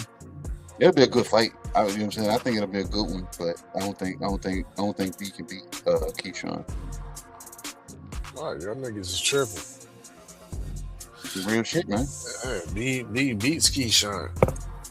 I don't think so. Yeah, I think like Richardson Hitchens, he might beat him. That's a possibility. I said this on the last show because Stormy was here. Like I said, I was right there. It was having the conversation with me, and Keyshawn's name came up, and I told him straight up and down. I said, "Bro, I don't think you beat Keyshawn, man." I'll fella, look, anybody on this damn panel or the chat, I'll fella tell you. It don't matter, you know what I'm saying? You could be the Pope John Paul yourself, you know what I'm saying? If you're fucking up or if you think you damn not gonna win, I'm gonna just tell you. I can tell you that. You know what I'm saying? And Brian, you know what I'm saying, he kind of looked at me like, okay, I can respect it, you know what I'm saying? But at the same time, he was like, he said I was tripping because, like I said, well, I expect the fighter himself will say I'm tripping, but I don't think I'm tripping. Yeah, Keisha, you biased. Look, like I said, so you day tripping. No, but like I think it is biased there, but at the same time, when I take a step back and look at both of them, I like Keyshawn's patience better. The fact that, you know what I'm saying, their personalities, that the two guys that I met and had conversations with, to me, their personalities don't match the way they fight. Because if you talk to Brian Norman Jr., this dude is cool, calm, collected, laid back. But he fights in explosive bursts. You know what I'm saying? And he looks to kill. Keyshawn, on the other hand, talking to him, he sounds more so, you know what I'm saying, playful. So I can see the immature, you know what I'm saying, characteristics that he has, because he's more playful. But when he's in the ring, to me, he's able to be patient. He's not looking to just jump on you. He's able to, you know what I'm saying, he looks to put the boa constrict on you, squeeze into you, you know what I'm saying, and break you down. He's not looking, it's not like he's looking like for a knockout. He's like, he'll look to break you down. Against a part-time R&B singer, my nigga. Bro, I'm talking about the fights before that. I can give a fuck about a damn Wu Albrock fight. The way he fights, everybody that he fought and that he stopped, look at how he did it. He didn't just jump over people. He's not falling over his front toe. He's not smothering his punches. Like I said, there's a level of patience there. You know what I'm saying? It's not many guys that can do that, especially when it's a guy that has enough punching power that they will be overzealous to jump on people, and he's not. So, like I said, the two personalities is like they clash. One is playful, the other one is laid back, but they don't fight like their personalities. And one's steadily improving that has a proven championship trainer, while the other one is Brum Man from the 5th floor and just crawled up into the gym talking about splits. In that same tutelage had a guy retire and shook somebody's hand that he said he wasn't going to shake hands with. Hey, that's on the fighter. And that was that was the first fight, just like it was B's first fight. So, hey man, say man, it's on the fighter.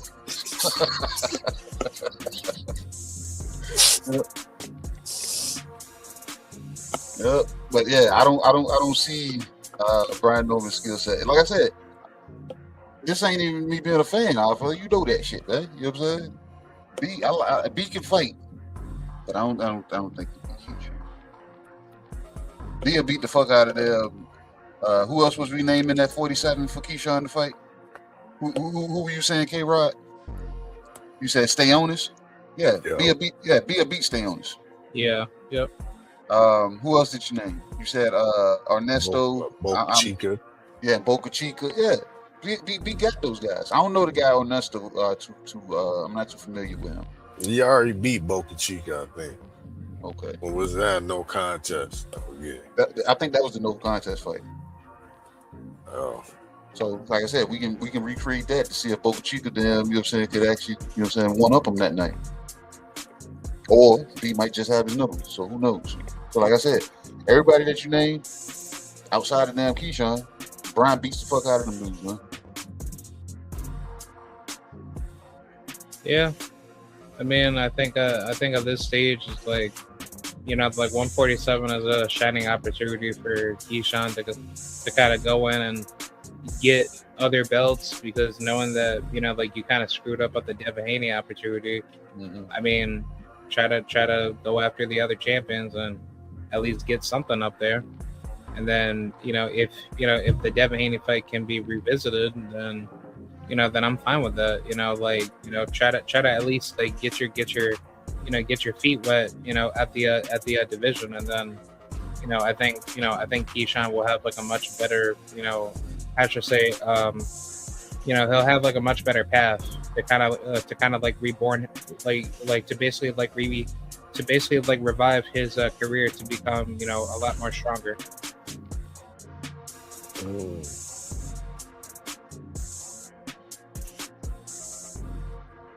Well, hopefully Keyshawn's coach is listening to the wise words of K-Rod in the dig.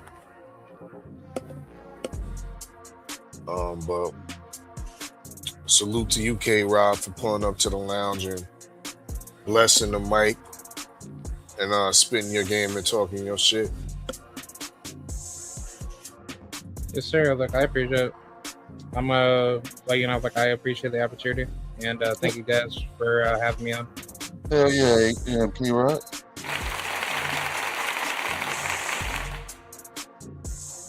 Till next time, champ. Yes, sir. Thank you. Bye.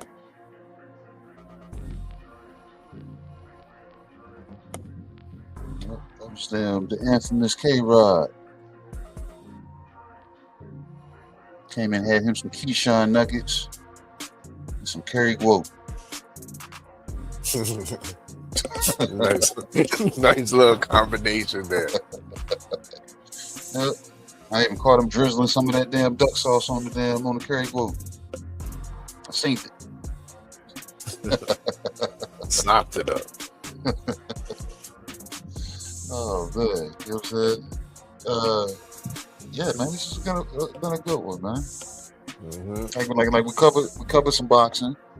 We talked some shit. Who the hell is this? Spit your game, talk your shit. What it do? Adam, what did you send me, dude?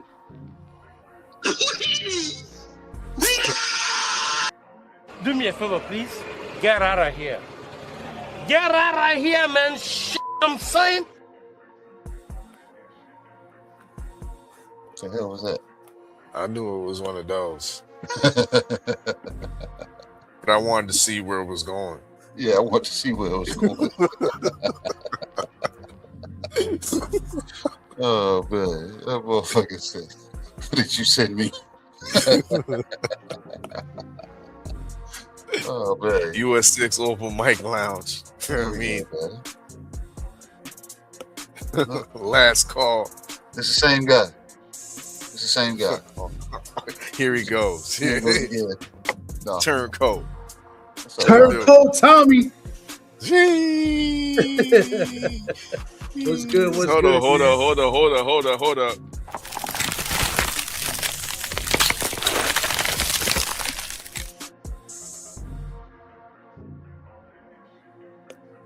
You know how we coming with it, TD. Let's go. Appreciate that, man. What is good? What is good? Hope everybody's doing well. I just before I get to the menu, let me do a report. I think you guys said it, but let me just give you an accurate update because I feel like we need to do this every time we go live. It has been 261 days since Devin Haney has been active and in the ring. That's 8 months. That's 37 weeks and 2 days. So just wanted to give that update. And the last I saw, Jack Catterall said he accepted everything, but I haven't heard a response from Team Haney on Twitter, which they have been very active on lately, especially Bill. So not sure what's going on, but just wanted to give that update if you guys did not give that update already. Yes. Thank you for reiterating what we had on the menu, because as you see, or maybe I should just pull it up for you. We have it on the struggle plate. You know what I mean? Oh, there it go. Yeah, the Devin Haney struggle plate. That used to have Shakur, used to have the Keyshawn on the plate, almost had Pyro on the plate, and now we talking about Catterall.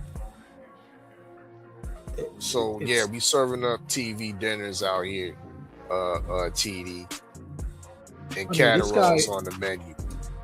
I mean, there's one side saying that everybody is pretty much, doesn't want to fight Devin, that they ducking him and they overpricing themselves, and they use the duck word so freely. And then there's the other side that is saying that, maybe they just don't know how to negotiate or do business, or maybe they just don't want to accept, a certain dollar amount. You know what I'm saying? And it's ridiculous. We got the current WBO champion, the only champion. Well, let me take that back. He's one of the champions in the welterweight division that actually beat a champion to earn his title. Harold just did that recently, but Devin was the first one because we know that Rolly was given the belt. He was elevated. Ryan beat a champion, but Ryan, didn't really deserve a title shot, but they gave him one anyway. And now we got Tio getting a title shot after a loss, moving up to 147. So, Devin Haney, we want to see you in the ring. I want to speak, people may think I'm a Devin Haney hater, but let me speak as a Devin Haney fan. We need to see you back in the ring. We want to see a top 5 pound-for-pound guy compete. And it's been almost 9 months since you have competed in the Bundesliga welterweight division. What is the Bundesliga? Well, that's a soccer league that's top heavy, where there's only 3 or 4 good teams, and the rest of the teams in the Bundesliga, they stink. You know what I'm saying? And the welterweight division is pretty much top heavy, maybe with either talent or guys that we know about or legitimate names. And right now, the rest of the welterweight division, besides maybe 3 or 4 guys, ain't worth anything because apparently they want too much money to fight, the top guy at the welterweight division. So what do we do? What can we do to get Devin Haney in the ring? Do we need to encourage these fighters to stop ducking? Or do we need to lower the standards as far as the dollar amount? One of the two. But it's a little frustrating if you're a fan of Devin, and it's just frustrating for a mediocre welterweight division. AKA the Bundesliga. That's what I call the welterweight division now. So it's a soccer term. If anybody watches soccer, they know what I'm talking about. It's not the Premier League. The Premier League is one of the best, leagues in Europe. But the German league, the Bundesliga, nah. And we already know Devin Haney is Bayern Munich, right? Because they're the best team. They win the league every year, pretty much. You know what I'm saying? So, well, shit, Bayern Munich got to play. They got to play. They do got to play. But they are, they win every single year, pretty much. It's top heavy. There's nobody else competing with them, and it seems like nobody else can compete with Devin, but we got to get him in the ring so he can prove that. So are you saying people are scared of Debo not because of what Debo does in the ring? They're scared of Debo because they're not getting paid the way Debo is getting paid in the ring? I think it's either or. It's one of the two. So you're saying that so some of them are scared to get into the ring with him. And I think some of them could be scared. And the others are not liking the way the damn the money is being pieced out. Yes. Why would they not like the way the money is being pieced out? Because are they looking onto somebody else's paper and seeing what Devin is making and saying, hey, I need more if he's getting that? Is that what they're doing? Is that what they're doing? Explain and even more specifically, explain how Paro is not taking this deal. Like, how did he outprice it? Well, we don't know what the amount was. We just know that he didn't accept the deal, or he asked for too much money. Well, we don't know what too much money was. We only know what Keyshawn was going to get, or what he was offered, and what he turned down. We don't know what Paro was supposedly offered and turned down. We don't know that. Then we don't know, more or less, I would assume they were trying to do it here in the States. Maybe Paro, wanted to fight in Australia, right? Maybe people feel that Devin is not a big enough draw to bring in the revenue, right? Because I'm assuming it's going to be a pay-per-view and it's going to be a main event. Maybe they feel that Devin is not a main eventer because he hasn't been a main event on a card in 2 years. You know what I'm saying? So it could be a lot of those things. It could be either or. You know what I'm saying? They may have looked at him as somebody, that maybe the guarantee is not worth it. Maybe they want more in the guarantee because it's not going to make, money, pay-per-view wise. You know what I'm saying? I mean, Devin is good because of supposedly his deal with DAZN, but whoever's fighting Devin, they're not going to get, Devin money. So maybe they need some sort of guarantee to be happy. You know what I'm saying? So I don't know. It could be a mixture of any one of those things. You know what I'm saying? But the thing is there is a problem. But who is the problem? We don't know, right? We can only assume. You know what I'm saying? And I think, we got to give some blame to THP because, why the blame on everybody else? There's been like 5 fighters, right, that supposedly that the deal's gone bad. Started off with they tried to make a deal with Ryan. They tried to make a deal with Rolly. Lately, it's been Keyshawn Davis, Liam Paro, now Jack Catterall, like 5 different fighters. I feel like I'm missing a fighter. You know what I'm saying? So I don't know. But they have to take some blame themselves because when you negotiate, you got to somehow meet in the middle somehow. Is it very possible that people are overpricing, or they just want to put Devin on the shelf? They don't want to fight him, period? They don't want to do business with him, maybe? So you saying they overpricing themselves.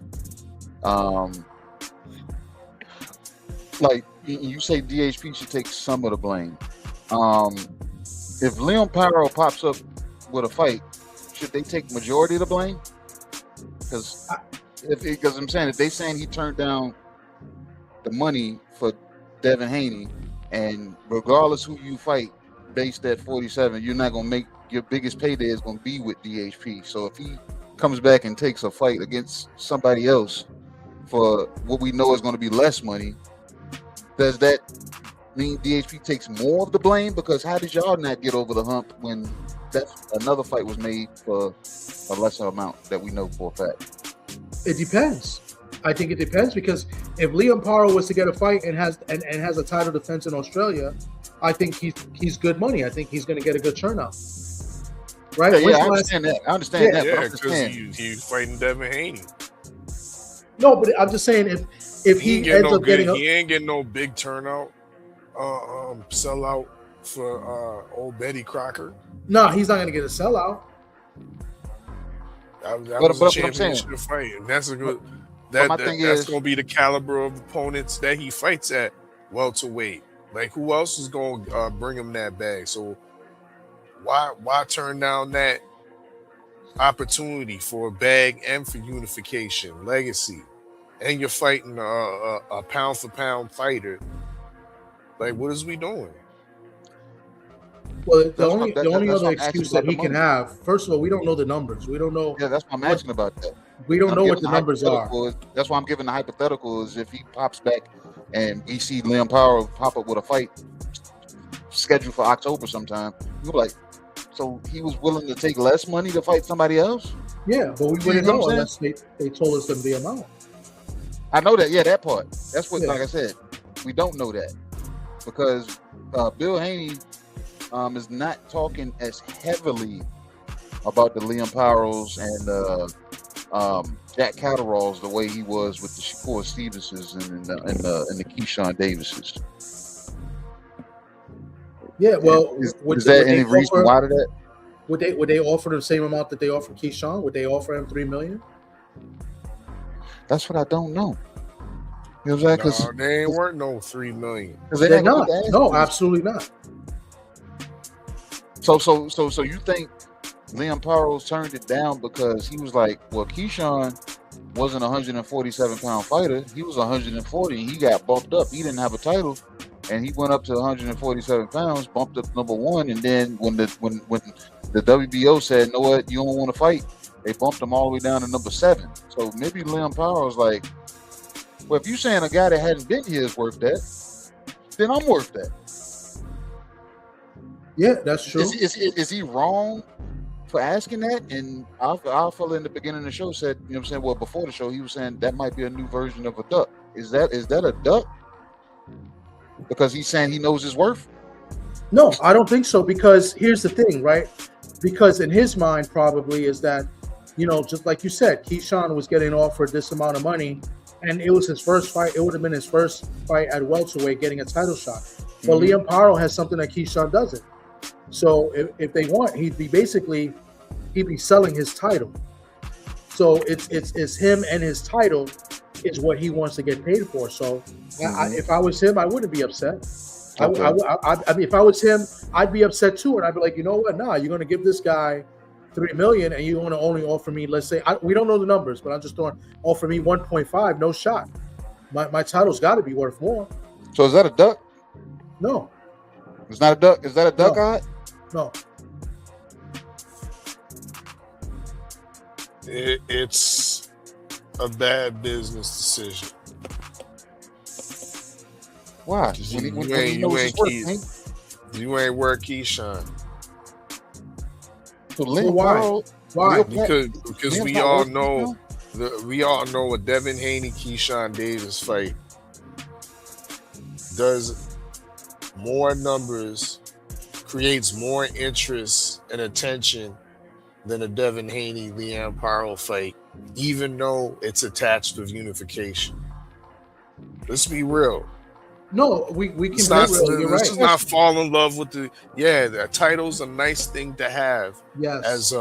as a financial basis or a bargaining chip.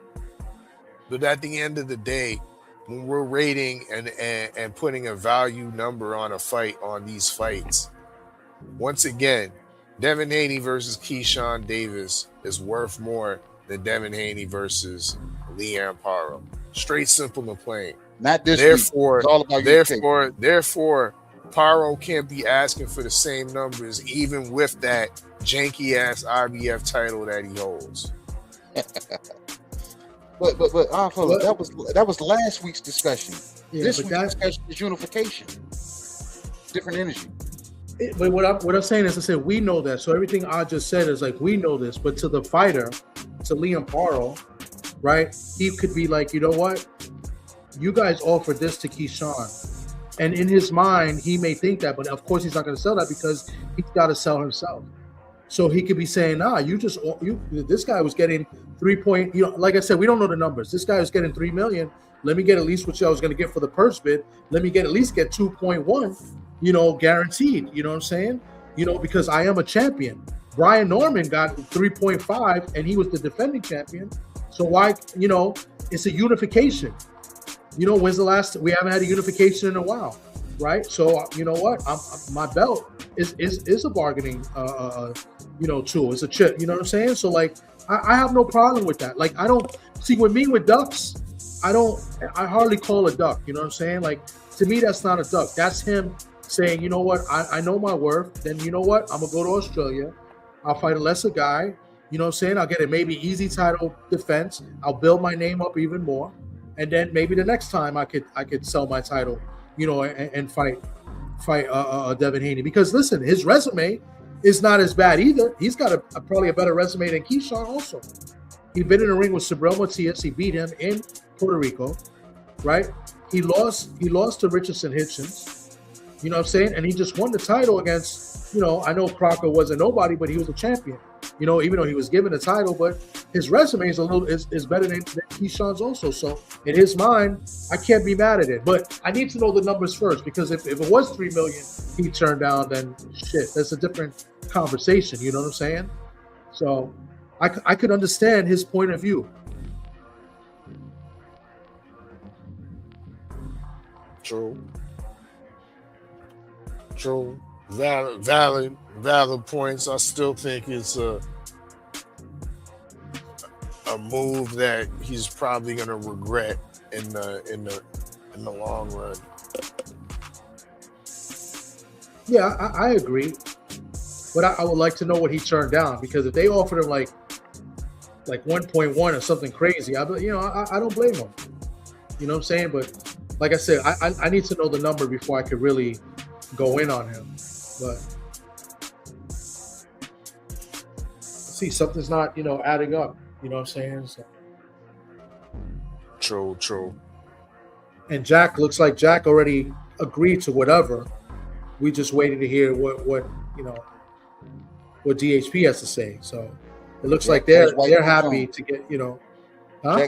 Jack got his white boots on. He said, "Man, let's dance." Hey, he's happy with whatever. So Jack has a little bit different mindset, and he's not even a champion, so he wants to be champion. You know what I'm saying? So, I think his mindset's a little bit different than Liam Paro, which is a little bit more laxed and comfortable because he's a champion now, and he's going to try to take a little advantage of that. You know what I'm saying? So two different mindsets, going in. But I'm not mad at Liam Paro yet. Like I said, I need to know what he turned down. If he turned down 3 million, he's a fool. You know what I'm saying? But I need to know what the dollars and cents are. You know what I'm saying? To be fair.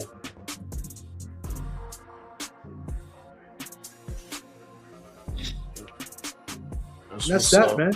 What else is on the menu? Can I tackle one more thing? Can we tackle the quote? Yeah, go ahead. Let's tackle this, because I've been searching for it, and I feel like they did a good job getting rid of this interview. But I know for 1,000% sure that a few months ago, when Clarissa Shields got into the issue to the altercation, you want to call it, or the slap on Alicia Baumgartner, that MVP put a notice out that she was banned from MVP events, yada yada yada. And I know that Clarissa went and did a live, and in that live, she mentioned that she wasn't going to fight any MVP fighter, and she mentioned Tam Tebow. She said, I know MVP's been trying to build this girl up, build her name, and they want me to fight her. I will never fight her. And I can't find it. But I know for a fact she said, I will never fight her. And for her to say that, it sounds very sus. You know what I'm saying? I don't care about no, you know, MVP ban or whatever the case may be. You said what you said. And I wish I could find it, and I'm going to look, you know, more than but she did say she would never fight MVP, and she would never fight that girl Tam Tebow. I'm 1,000% sure she said that. So, wow. Yeah, she said that after. I don't know if KG you heard it. I'm almost positive she said that. And now that you know she's you know won the title, and you know she's got the ring belt after 5 fights. You know, which is right up, you know, Shields' alley. That's who she fights. You know, women with 5 or less fights. You feel me? So, you know, now she's like, oh, she's too green. So I don't know. The energy's a little bit different from Clarissa. Oh, so you feeling it too? Okay, yeah. It's not just me. No, it's not just both of y'all. You know what I'm saying? It's me too. I got that same sentiments. Yeah. All right, well, salute TD for pulling up, you know what I mean, and spitting your game, talking your shit, you know what I mean? All right, guys, good show. I will be watching the chat. That's what's up.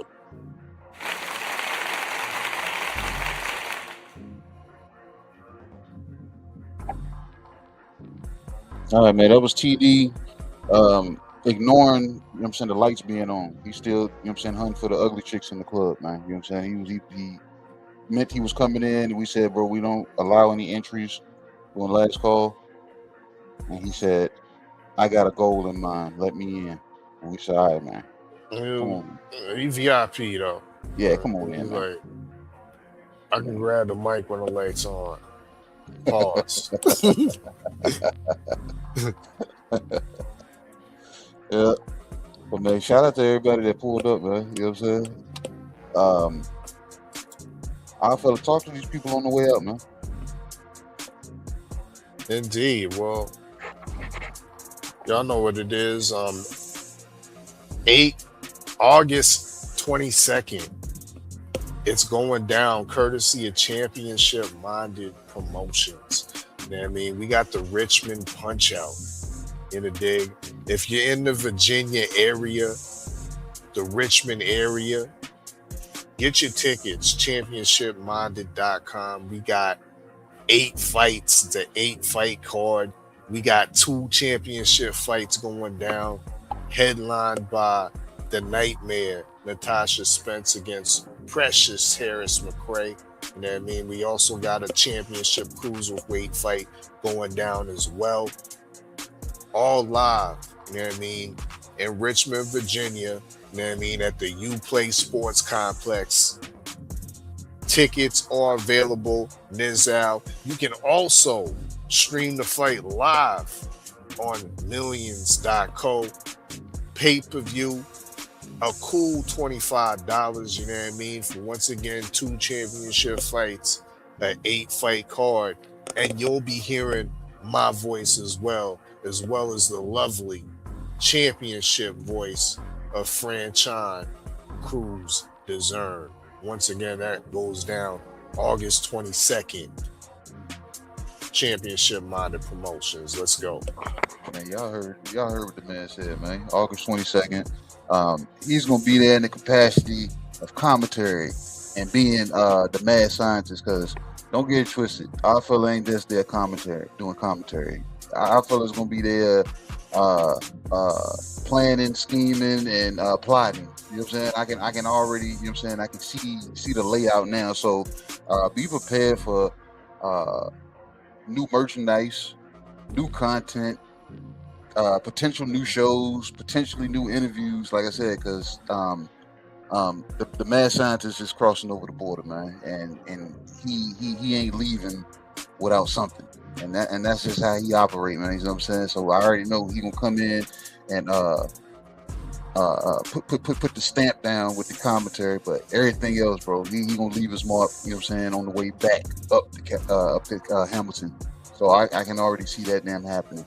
I want to say shout out to everybody, and I mean everybody that may have pulled up, listened for a while, listened for a long time. Those that, you know what I'm saying, sat in the rafters and tried to hide out like I didn't see you and seen you. Those that pulled up, spit your game, talk your shit, you know what I'm saying, has been much respected, much loved.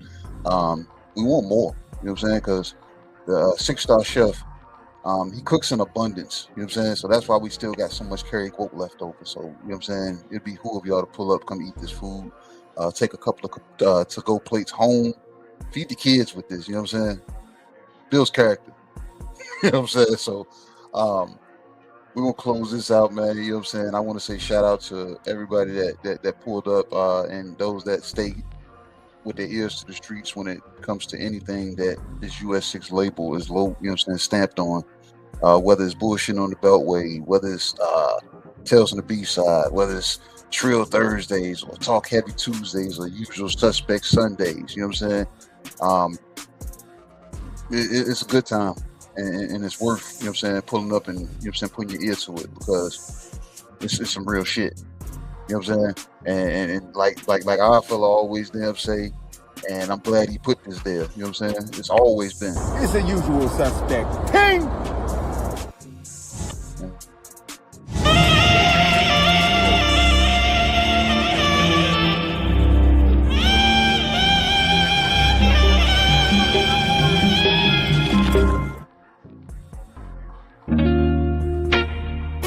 UsualSuspect6.com.